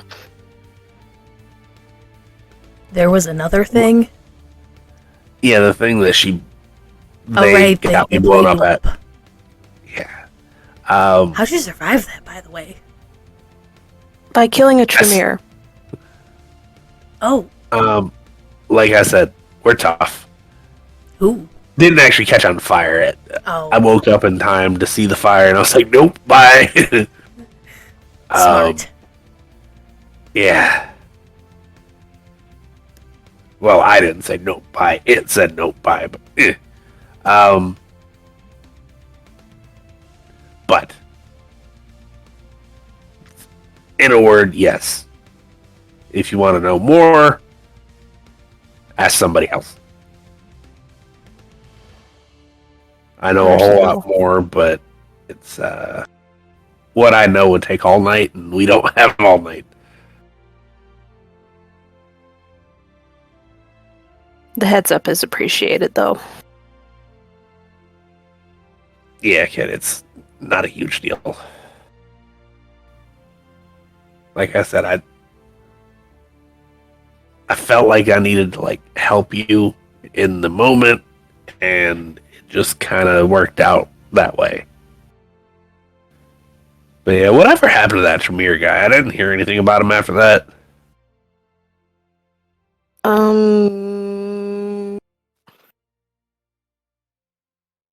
Things kind of went weird. He got in a firefight with some of Carissa's goons, and shoot, Beth, did we set him on fire, or did he get staked? I can't remember exactly what happened. That was so long ago. You set someone on fire. He deserved it. I mean, he's a Tremere, okay? Yeah, was definitely. If memory serves, we lit him on fire, and I think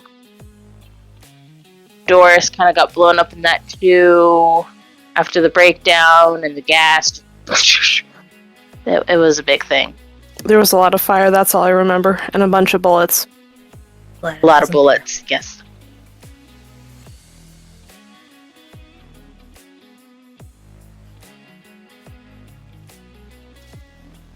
Good to know. I'll just go with you. Set him on fire and he turned to ash. At least I hope that's what happened. You two ever dealt with a Tremere? long time. No, I have not.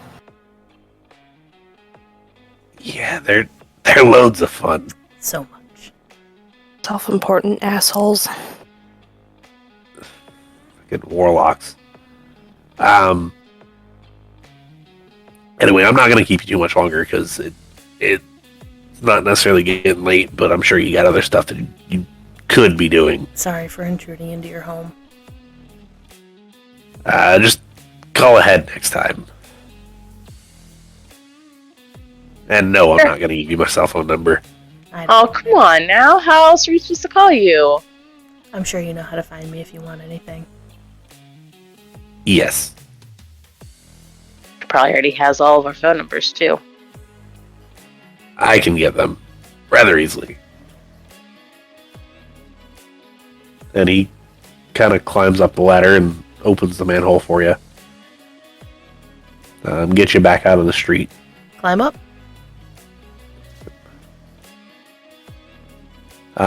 The night air is just as brisk as it was when you went down. That being said, you're probably 2-3 blocks away from where you parked the car. Here, there's less streetlights.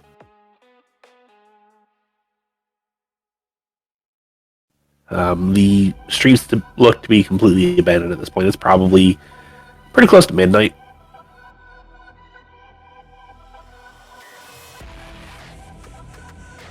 Are you going straight back to the car, or are you taking it a long way? How far are we from where Tory keeps the dogs? A pretty good ways. Okay. Yeah, I have nothing to do. To the car. You remember to lock it, right? Oh, I hope. Always. Okay, just want to make sure. You come up on Dolly, and there is actually 3 people sitting on the hood.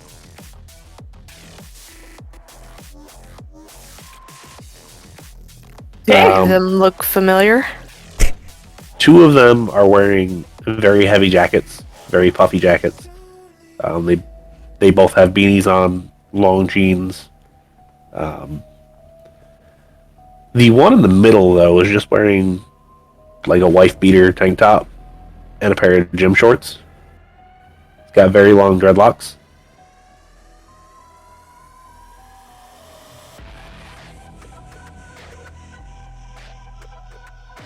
Mind removing your asses from Dolly? Oh, you named it. Really? Of course I named it. Okay. What are you doing on my turf? Just running an errand. We're leaving now.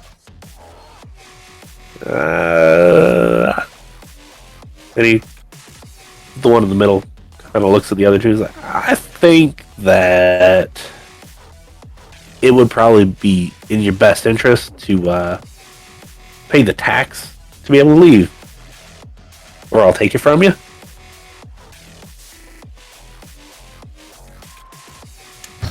And what exactly is the tax? I don't know what you got.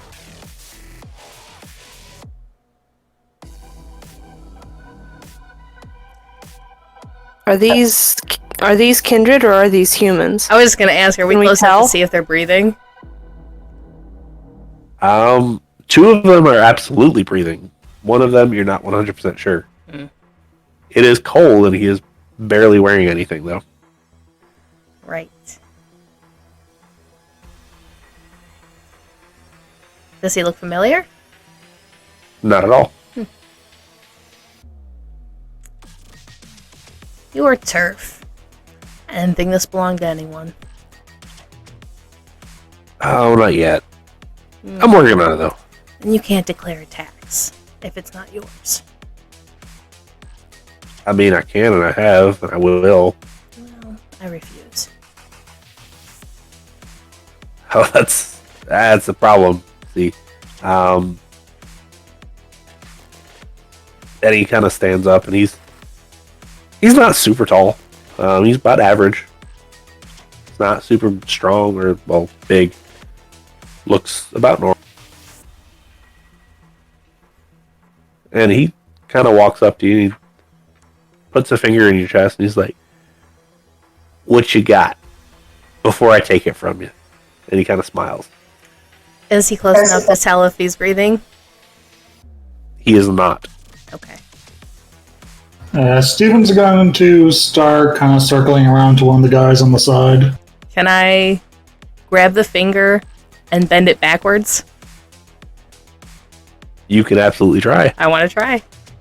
That is a strength and brawl, actually. Oh, goody.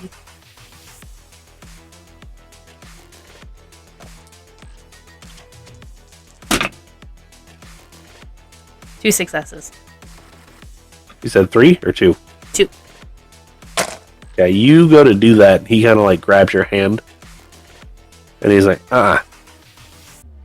nice try, and you're a bit stronger than you look. But no. I'm gonna ask you one more time what you got before I take it from you. Does it look like I carry anything else? Oh, you got something in that backpack.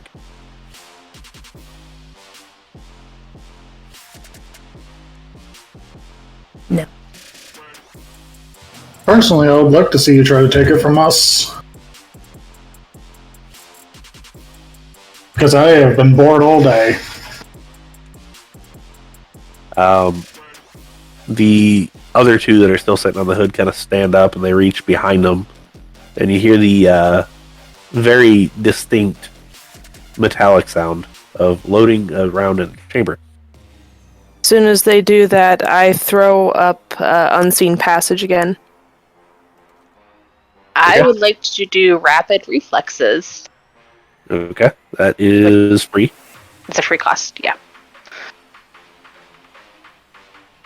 Go ahead and do your rouse check.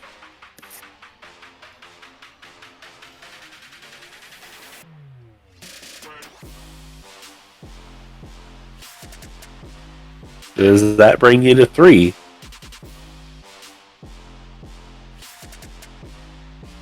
Okay. So that's a success. You're fine.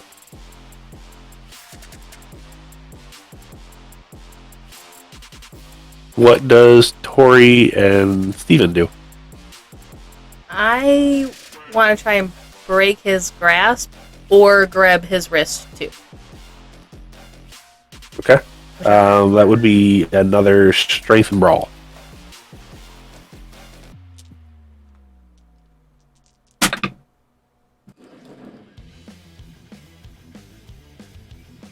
Okay. So, 2 crits on the black dice, and then a skull on the red dice, if that means anything. Okay. I also got 2 crits. However, the tie goes to the active Kindred. So you win. You do break his grasp. I don't want to move away. I want to stay there, but just to break his grasp from me. Okay. He kind of takes a look at you, and I need to figure out exactly what I need to roll.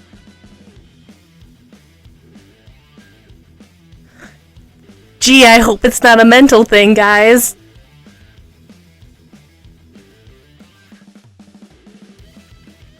It might be. Womp womp.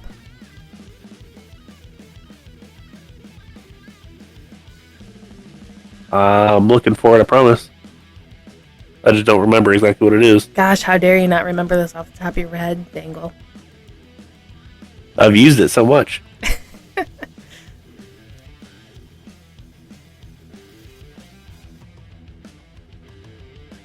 I need you to roll me a Wits and Resolve. I am going to be rolling a Presence and Presence and Manipulation. Blood dice as well? Yes.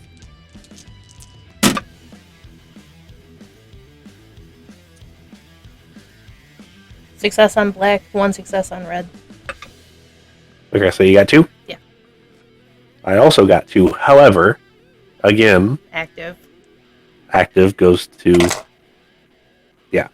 So, he just kind of looks at you, and he's like, do something, sweet cheeks.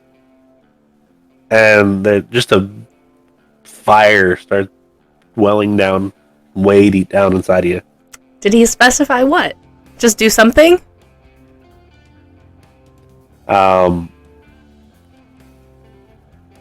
He incites anger and even a frenzy into you. Okay. So I need you to roll me all of your unspent willpower. So that's like all of it. Yeah, it's pretty much all of it.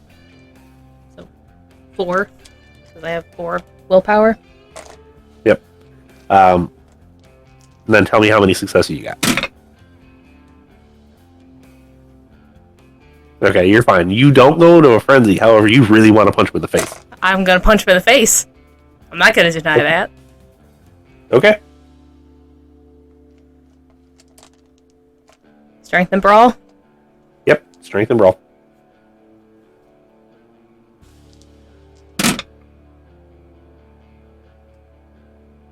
Two success. 2 successes is enough to land a punch on him. Granted, it's you're both kindred at this point. You obviously can tell that. Well, yeah. So it doesn't do nearly the amount of damage that you would expect normally, but you do hit him and you do some damage. So I need to know everybody's dexterity and composure. 5. Yeah, add those together for me. Also Yes. 5. Okay, so Steven, you go first. Dexterity is 4, composure is 3. Okay, you go first. How close am I to the goons? Like 10 feet. It's well within a walking distance. Alright, I'm just gonna charge and slash at one with my knife. Oh my god. Okay. That escalated quickly. You're the one who threw the first punch. Oh, A so you're punch, going not a after- knife. They're the one with guns. This is true. Alright. It would be strength and melee. And you have expertise or the specialty. That's it. So you add an extra.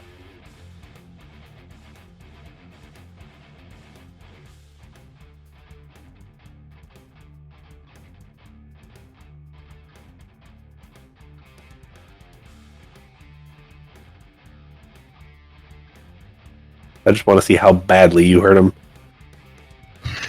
3. Okay, so 3, you get a real good slash on him. You slash him across the chest, into his arm, and he just kind of looks at you and he's like, what the hell is wrong with you? And then it's this dude's turn again. And he's going to activate Lethal Body. And he's going to pull out his own knife, actually.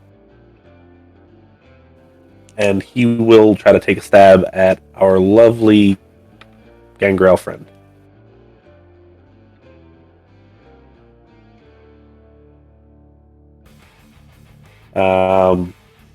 Three successes. You can either fight back with a strength and brawl, or you can try to dodge with a dexterity and athletics. We'll dodge.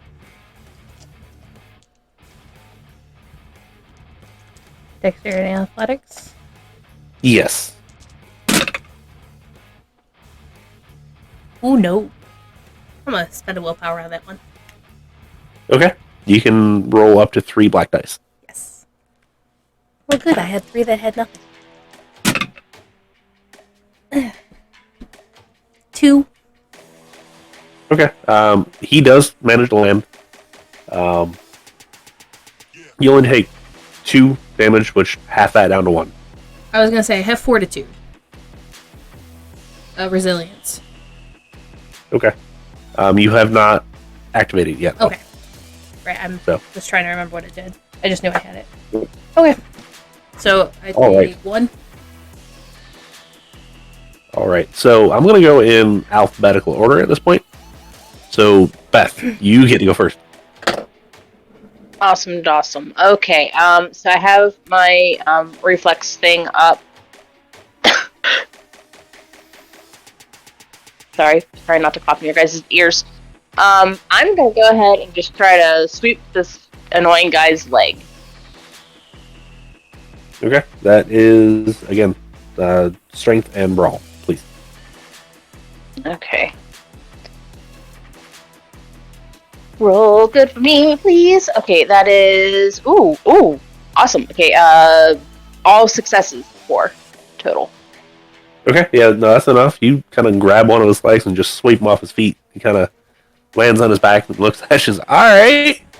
See how it is.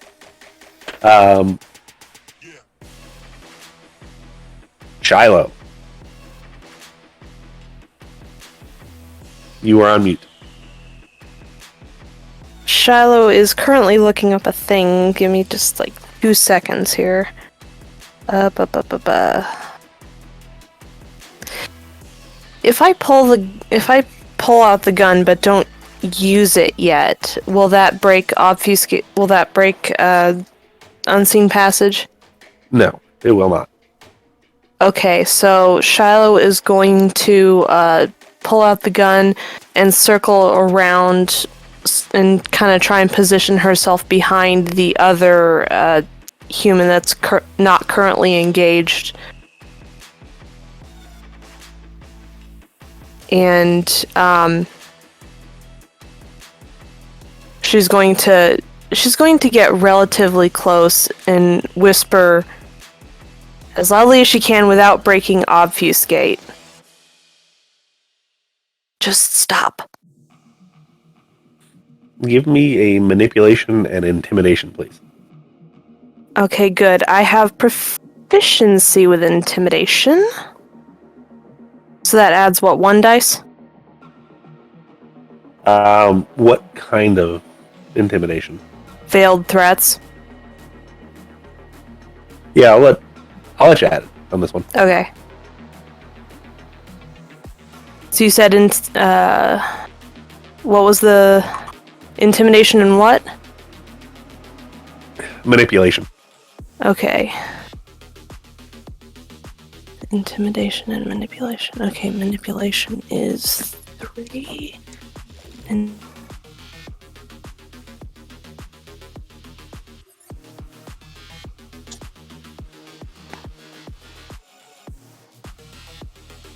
Okay.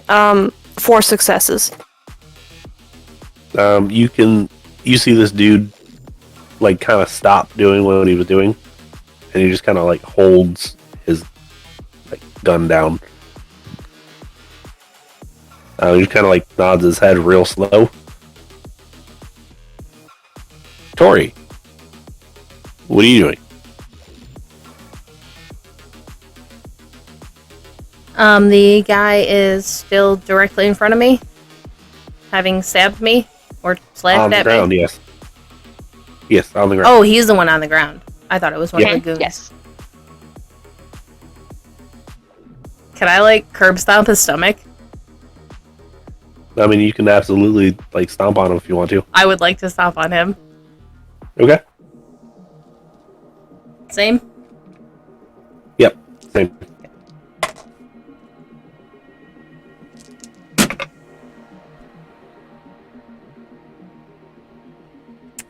Well, I succeeded on the blood dice. Okay, so just the one success. Just the one. Okay. You go to stomp down on him, and he kind of rolls out of the way. So we go to the 2 mortals. One turns to Steven and points the gun directly in his face and just starts pulling the trigger. Steven, I need dexterity and athletics, please.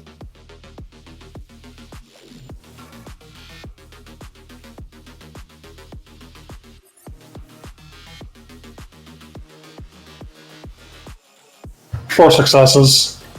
Yeah, you kind of smack his hand out of the way, and stray bullets go flying. And he just kind of looks at you like. The other one, he kind of just turns around and tries to look for Shiloh. That's all he's doing. So we're back to the top with Steven. I'm gonna try to stab the guy trying to shoot me square into the heart. Okay. Well,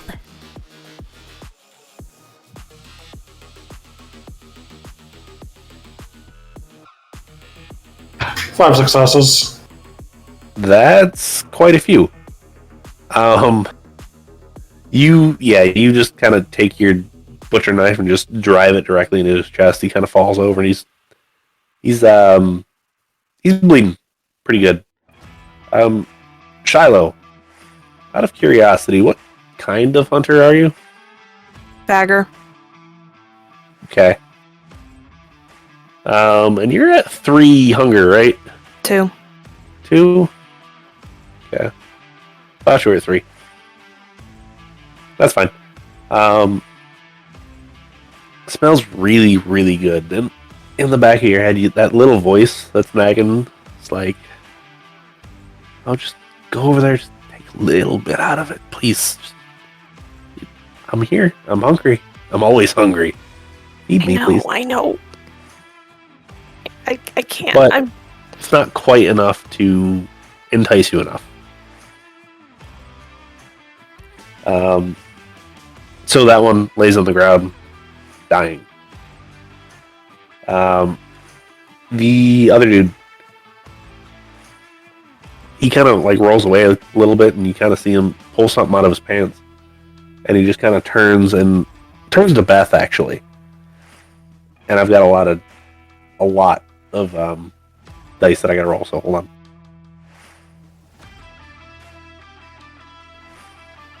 uh-oh.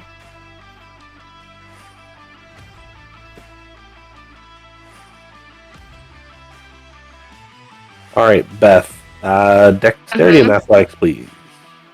Okay, what does my rapid reflexes do for me here? Just so I know. No penalty to my defense pool. Yep. No, so I guess that's not really helping me. Sorry, you said Dex and what now? Athletics. Doesn't. All successes. How many was that? 3, sorry. It's the best I can do. So a couple things happen. First being, he does manage to land a shot on you. However, he also stands up and he looks Tory straight in the eye, and he's like, "Now I told y'all, just give me what the hell I wanted, and now you pay the damn consequences." You can kind of see like the fire inside of him is starting to like really come out, and he's like, "I don't care what I gotta do. All y'all you gonna learn today." Learn some control. Beth, what would you like to do? Yeah. Let's try to disarm this guy, because he is annoying as hell. I'm not listening to the advice of my predecessors and using a weapon like I probably should be. Anyhow, so brawl and strength. Yes, strength and brawl.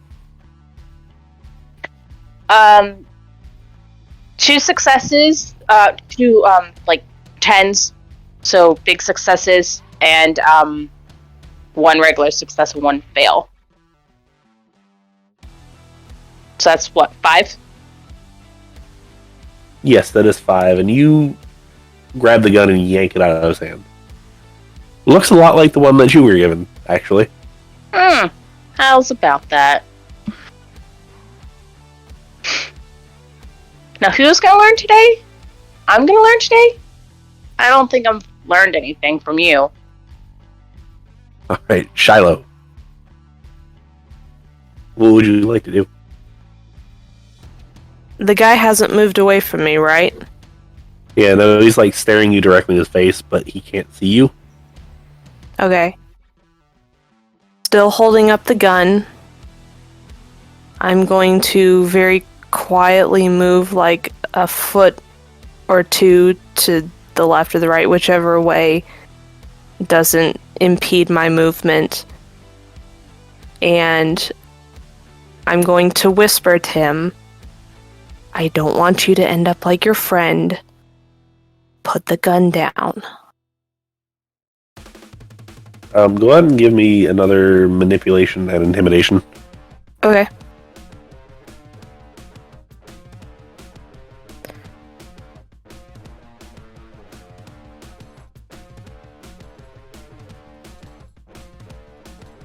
Five successes. He just kind of like drops the gun, not even thinking about it. Just all right, cool, and like puts his hands up. He's like, all right, Tory. Okay. I really wish the guy had left, because I don't know if he is mortal or ghoul. I'm gonna try and punch the guy again. Okay. What the fuck?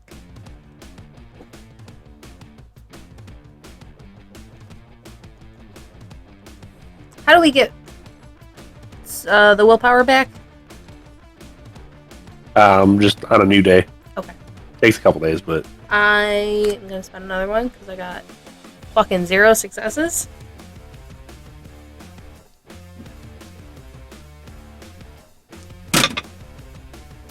One. Ugh. all right. I'm supposed to be good at this. Supposed to be. However, you gotta hit him, and he just kind of like grabs your hand. The mortal guy, he just takes off running down the street, Oh, good. Finally. leaves everything, just gone. Steven, what would you like to do? I'm going to look at the mortal, say smart, and then I'm going to charge at the guy on the ground.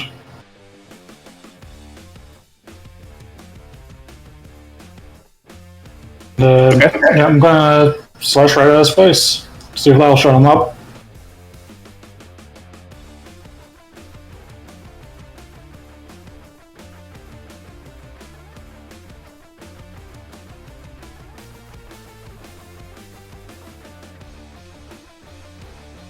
That's 5 successes.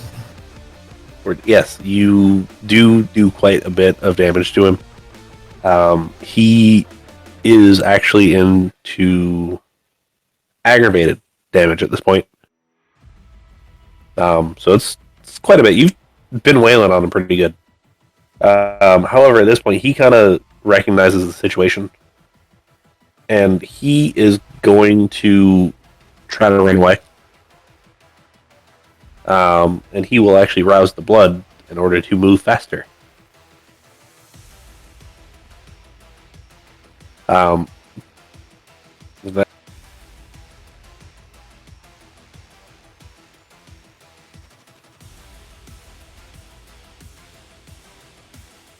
oh no, he doesn't run away. Oh no. As a matter of fact, he starts to, and then he just stops. He's like, "Oh hell no!" And he turns around. He just stares at all of you. All right, let's go.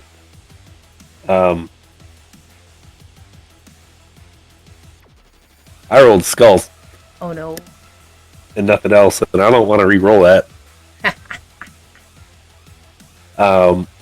So yes, Beth, it is your turn. Okie dokie. You know what? I have his gun and not mine, so why not use his bullet? Let Shooty shoot. I think I only put 1 point in firearms, though. Might need to increase that later. Anyways, firearms and what? Dexterity. Dexterity. Okie dokie, artichoke. Whoa. Oh, all successes 3. The dice are with Okay. us tonight, Um, hopefully. With you, maybe.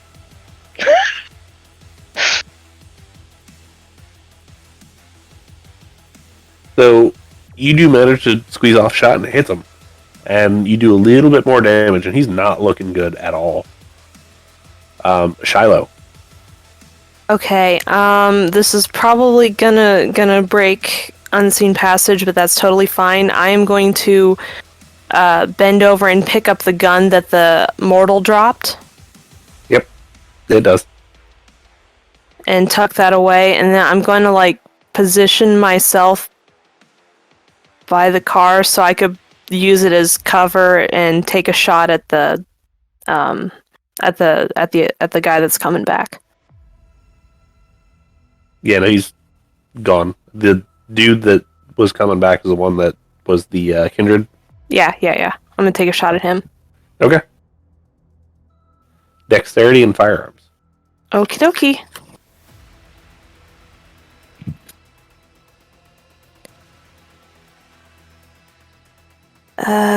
Three successes. And he's just rolling all of the red dice, all of the bad ways. This way is a good way, but a bad way. He manages to dodge, and he just kind of locks on you, and he's like, "You're next. Thanks." Tory. So, would I be able to do feral weapons and attack, or can I only do the feral weapons? You can do the feral weapons and attack. Okay, cool. So she'll just... Finally. I'm gonna rouse the blood to extend the talons. Okay. Blank. Alright, so that is a failure. So you get a little bit hungrier. Tuna. Yours, in this particular situation, given all of the blood and all of the other fun stuff, says, "Oh, you're gonna eat that one too? I really want to see that." We'll see. Do it. Do it. And then I do have a specialty in protean form. Or Okay. protean brawl for whatever. So that adds one more dice. Yes. Because you didn't say that was a problem.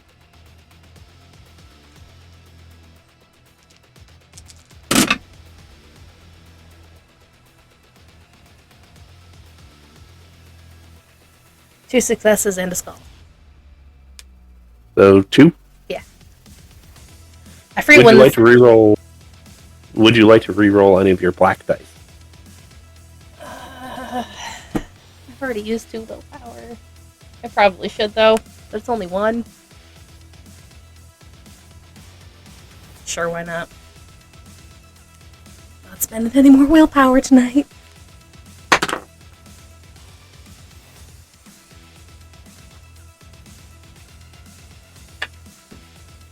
Let's hope for a crit. Fuck. Okay, well. 3 successes. So 3? Mm-hmm. Alright, so a tie, again, goes to the active Kindred.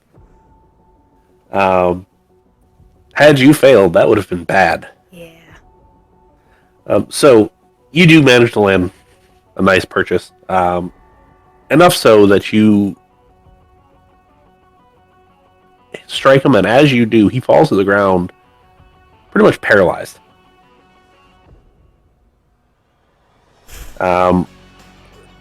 She'll None of you- follow him down to hold him there in case he does try anything. Don't think he will, but we're gonna do it anyway. None of you have probably seen this particular state in a Kindred yet. However, this is what one would call torpor. Yes. A paralyzed state that they're still alive. They're still relatively conscious, but definitely not going anywhere. We would know about it, right? Possibly. Depends on how much your sires told you. I mean, there was a few people she hung out with. Shiloh, yes, you'd probably know about it. Steven, you'd probably know about it. Malkavians tend to be a little bit more nurturing. However, the Bruja and the Gangrel, not as much. So, it's a 50-50. Go ahead and just roll me one of your dice. If it comes up, I mean, I have 3 points in occult. well, you might know. Blank. Go ahead and roll another one. Just because you have so many points in occult. Okay, then you do. Beth, would you also roll me? Sure. Do I also get to roll anything because of occult? I have 2. Yes, you get an extra one. So 2 dice. Okay. 1 success. Okay, so yeah, There. everybody knows of Torpor. You've probably never seen it. But you do know that he ain't going anywhere right now.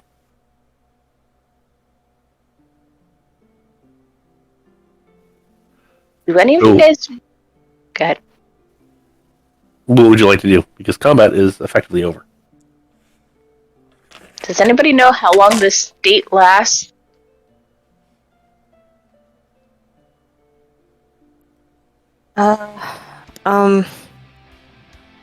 Shoot, I can't remember what he told me. I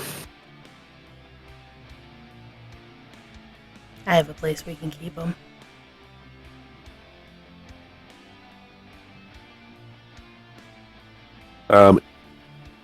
If you, the player, don't remember, you can go ahead and roll intelligence and occult to figure it out. Because I couldn't quite hear what Faye said, so. Oh, I was talking as Tory. I, as a player, believe I know. But, Okay. I said, I have a place we can keep him. I got 2 successes. Okay, so, Steven, you have a pretty good idea that it's pretty much indefinite until they're revived from blood. And it has to be another kindred's blood. Don't have to trouble the Baron with this. We could technically just take them out back and let them burn once the sun comes up. Technically us, not us destroying them. Messy. I can take care of it later. Alright. Are we sure that's the right course of action, though? I mean- have to kill him. Okay. I mean, granted, I wouldn't really want to bother the Baroness with this either, but she may have uses for this. I don't. I'm watching Miscreant. for now. How much Alright. space does Dolly have in her trunk? Because we still need to move the mortal too. A pretty decent amount. Yeah, I was gonna say, Beth probably has, like an emergency kit in there, but other than that, Can we just shuffle the dead mortal to a local abandoned crack den or something? The one we came from. No, we probably shouldn't do that to Red and Barton. That's like 2 blocks away, though. Or, no, the other entrance was 2 blocks away. That one's really close because we're close to the car, right? I mean, it could look like a... Robbery gone wrong. Mm-hmm. And who knows, Barney and Red might appreciate some fresher blood. I don't know what their diet Not many is. people like to eat a dead body. Speaking of which, is he still alive or is he gone by now? He's gone by now. So, are you gonna pop the trunk? Beep beep. Boom. Tory will get both the bodies in there. It's a bit of a tight fit, but you can You do know, it. I'm not worried about the human. He can compress a little. That's kind of gross. But okay. Hey, look. Do we care? As As long as I don't do it in the car. Speaking of the mortal, do you guys need a moment with him, or are you guys good? Thank you, but I'm Dead blood is disgusting. Alright, I'll just gather up whatever's leaking into Beth's trunk later and just put it in some Ziplocs. Yeah, we should clean the area as best as possible. As far as cleaning the area, it's not super hard. You just kind of like throw some dirt on it and mix it up. Yep. Did we attract any attention with the gunshots? Yeah, we Nope. should probably leave soon. We're in this fall. We should be fine. Tory will give Beth an address to a bar. All right. I think I've heard of this place once or twice. Off we go. So you pull up, and Faye, if you would please describe this bar. Oh, it's bad. It's not great. It's it's in the sprawl, so it's not a great bar. It's the diviest of bars. It's the diviest of bars. But on top of it, there's an apartment. And she will get out, and she won't invite you up, but she also won't stop you if you do come. And grab the Kindred out of the trunk. I assume that you pull around back to. Well, yeah, the back way, I'm assuming, leading up into Tori's apartment. Yeah. Yeah. So, Look, yeah, they're used to her doing some weird shit, okay? This is true. There's So, like yeah, probably a makeshift yard in there. Possibly. Makeshift. Yeah. So yeah, you pull around back. You get them up to Tori's apartment. Apparently. Not that she specifies as such, but does anyone follow her?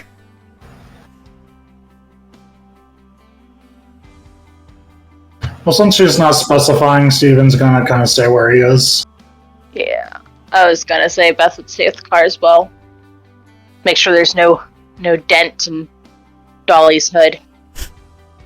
Only a very small one. What about Shiloh? Is Shiloh staying downstairs or going up? Shallow's not going up with Tory alone. No offense, but Why? she doesn't trust anyone. So you'd rather stay with the other two? Yeah. That's fair. Okay. Beth is literally the only person she trusts even a little bit right now. Hilarious. Okay, so I don't exactly have a place to keep him. However, I would probably drop him in the bedroom on the floor and through the bond tell Blitz to guard. Okay. Just out of curiosity, where were all of the dogs when you came home? Oh, probably in the house somewhere. They have mostly free reign except the bedroom Okay. when she's not there. Just curious if we have to explain what the dogs look like. They weren't outside. That's why I asked if anyone came. Yeah. All right. So you have a couple minutes in, couple minutes out. No big Yep. deal. No stops. No, we'll keep the journal on us. Okay. All set. Next up. All done here? Where to next? To the Baron. Deliver her box. Okay. Unless you had other plans. I do not. Beth will turn to Shiloh and be like, where do you think we're supposed to meet her at?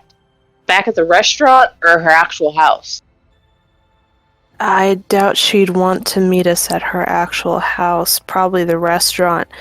I can text her assistant guy and That would be a great idea. tell her that we have what she was looking for. Do that if you don't mind, and I'll start towards the restaurant, and we can change directions if we need to. Okay.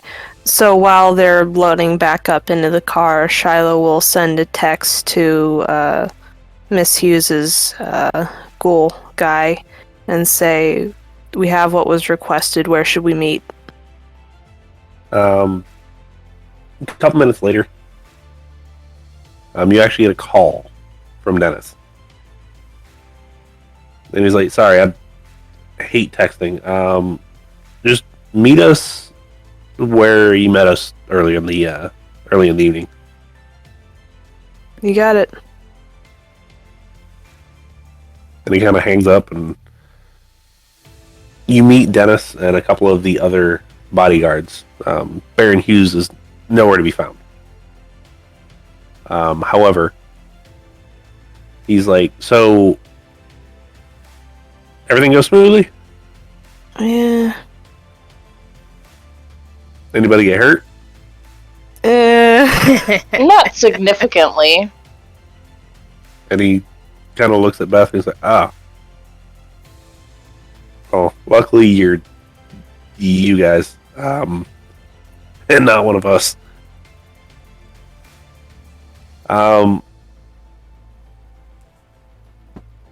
She wanted me to give you this, and he puts a duffel bag on the table. He was like, it's a little bit of money for you guys. Should be enough to live off for a couple weeks. Understand all of you have like quote unquote normal jobs. If you don't want to do those anymore, just let us know and we can probably give you a little bit more employment. Can't guarantee all of them are going to be this easy, but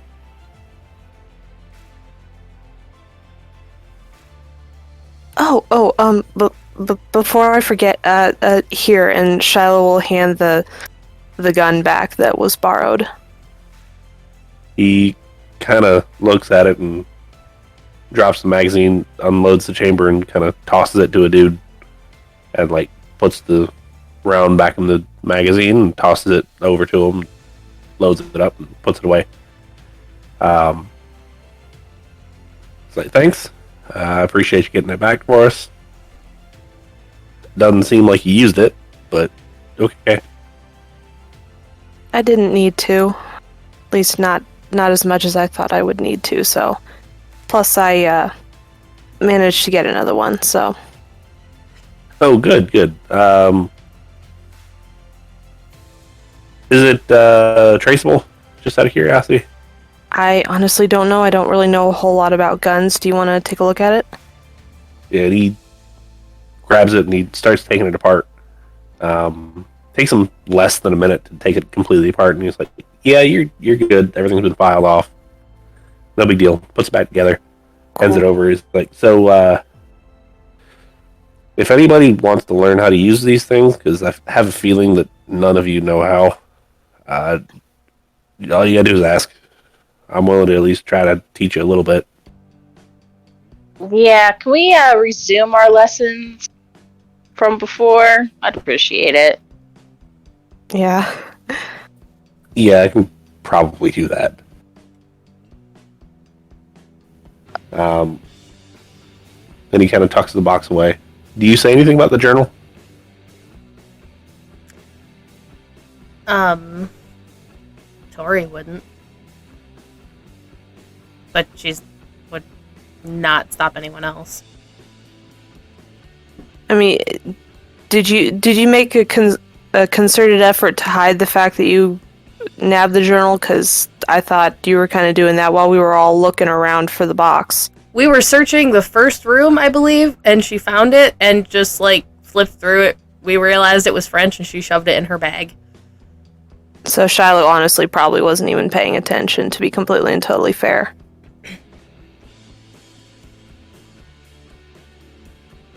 So, it's up to Beth and Steve. Next question. Nope. Do you mention anything about Barney and Red? No point. No. Job was If they done. know, they know. Yeah. Job was done. No reason to bother them with details.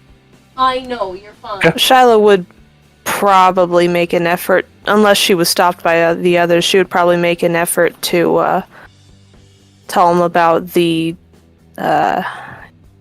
new Kindred that was trying to move in on the sprawl that we tangled with.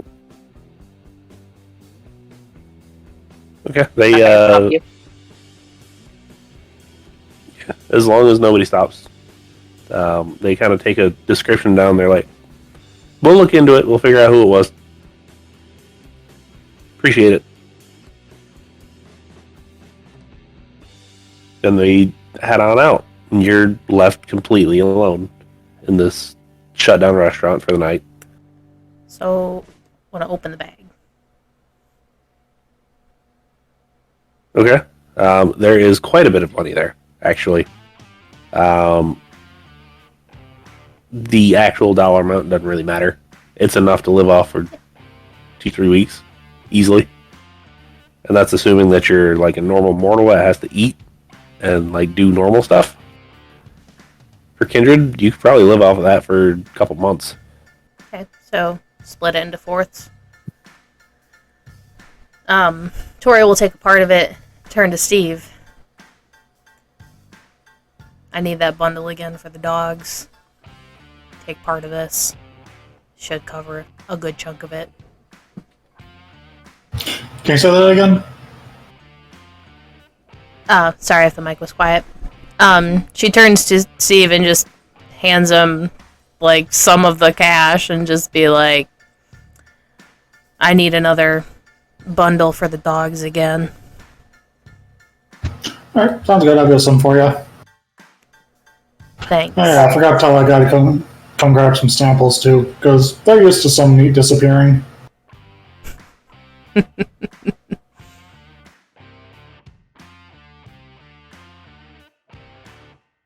And with that, we're gonna close this night. Little bit of housekeeping at the very end. Normally, if you're gonna be doing healing, like what would be needed for a couple of you, would require a rouse check. I'm gonna give this one to you for free, because you're going to have enough time to heal and feed and get back to normal. For those of you that are not at 1, how long do you want to stay that way? Are you going to feed immediately, or is it going to be a feed eventually when it gets real bad?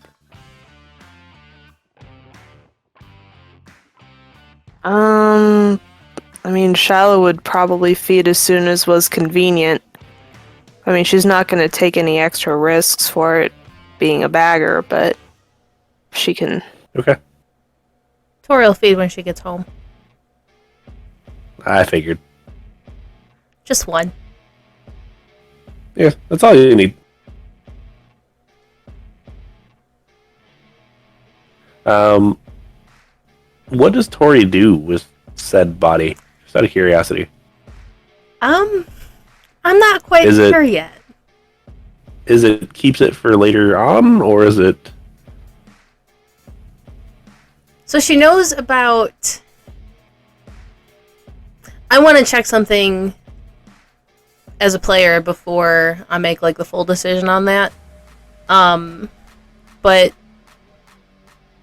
he's in torpor for a while. As long as she, like, shoves him under the bed or something, he won't die from sunlight or whatever. I mean, she blacks out the room and all of that, obviously, but... Yeah, as long as nobody feeds him vitae of a equal or higher, or I guess it's technically lower, but whatever. Smaller number. Generation. Yes. Generation, he'll stay that way. So, theoretically, he's probably 13 or 12. I mean, yeah. 13's thin blood. 12. I meant to say 12 earlier. No, 13th is the it? lowest generation. Oh, okay. It's anything after 13th is thin blood. Gotcha. It was 14th or 15th, I think they were saying thin blood. I did some reading today and it all got mushed. Sorry. Yeah, I want to do a little bit of reading before I decide what I want to do with him. But as long as in the next day or two no one comes to her apartment looking for him, we're good. Okay. That's all I need to know.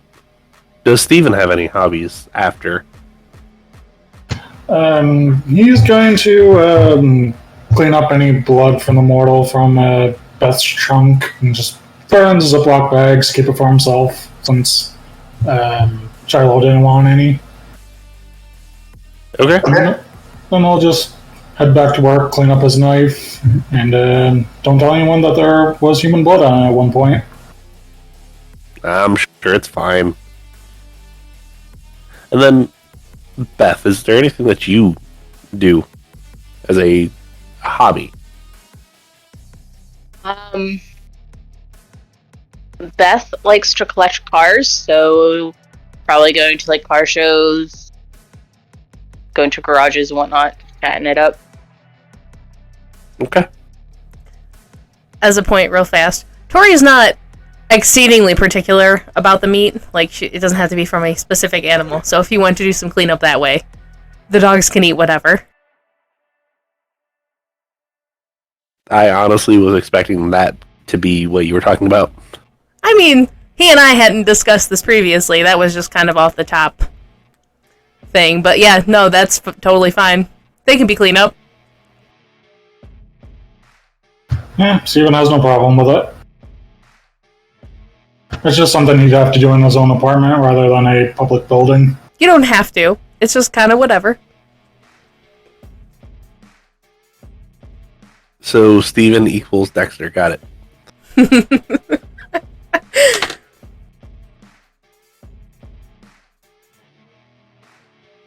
All right. So, congratulations. You made it through your first night. Sort of. How exciting. You got to meet a couple people that were important. This was super fun. I really liked it.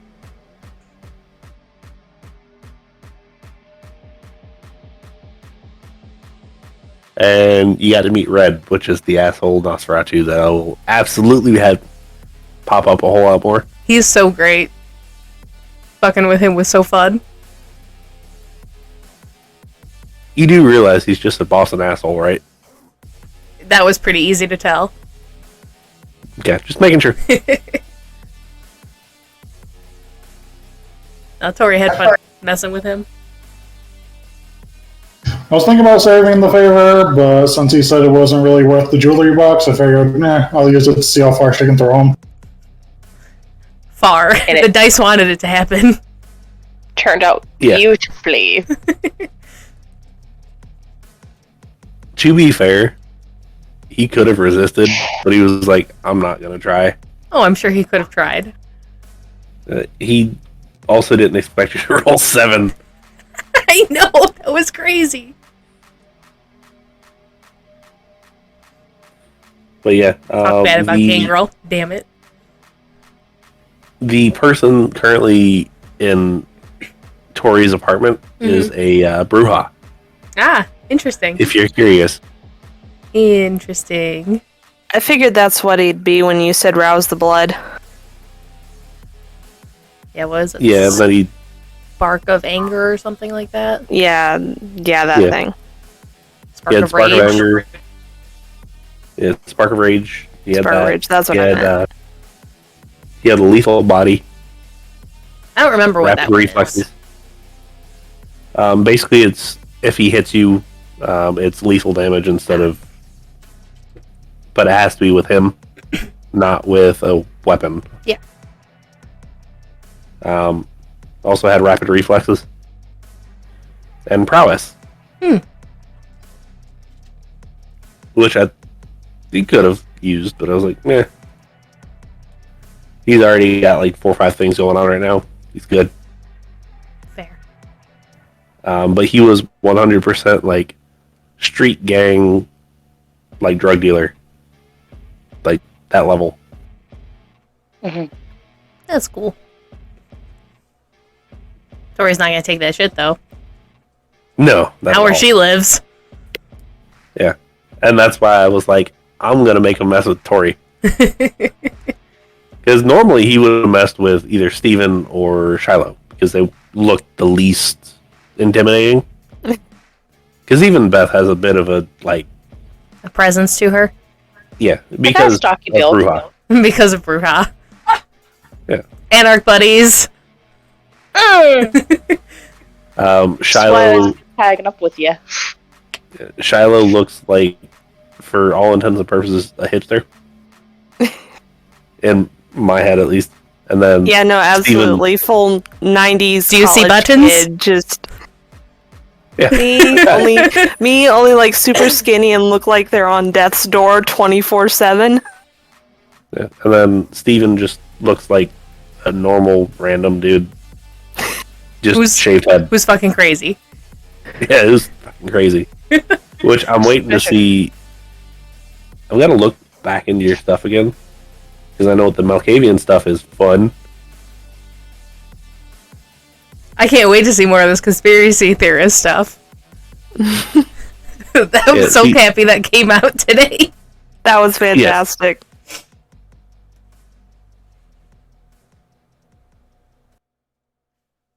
That wouldn't just completely fill up your computer at all. No, not at all. Goodbye, everyone.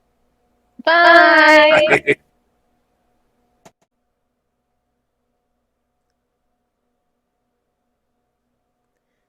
We appreciate you all for joining us in our Vampire Chronicle. With our after-game care concluded, us here at Total Party Krit thank you for all of your views, likes, and follows. If you have any questions for our resident vampires or storyteller, please drop them in the comments below or in any of our social medias. Links to those and our Discord will be down below.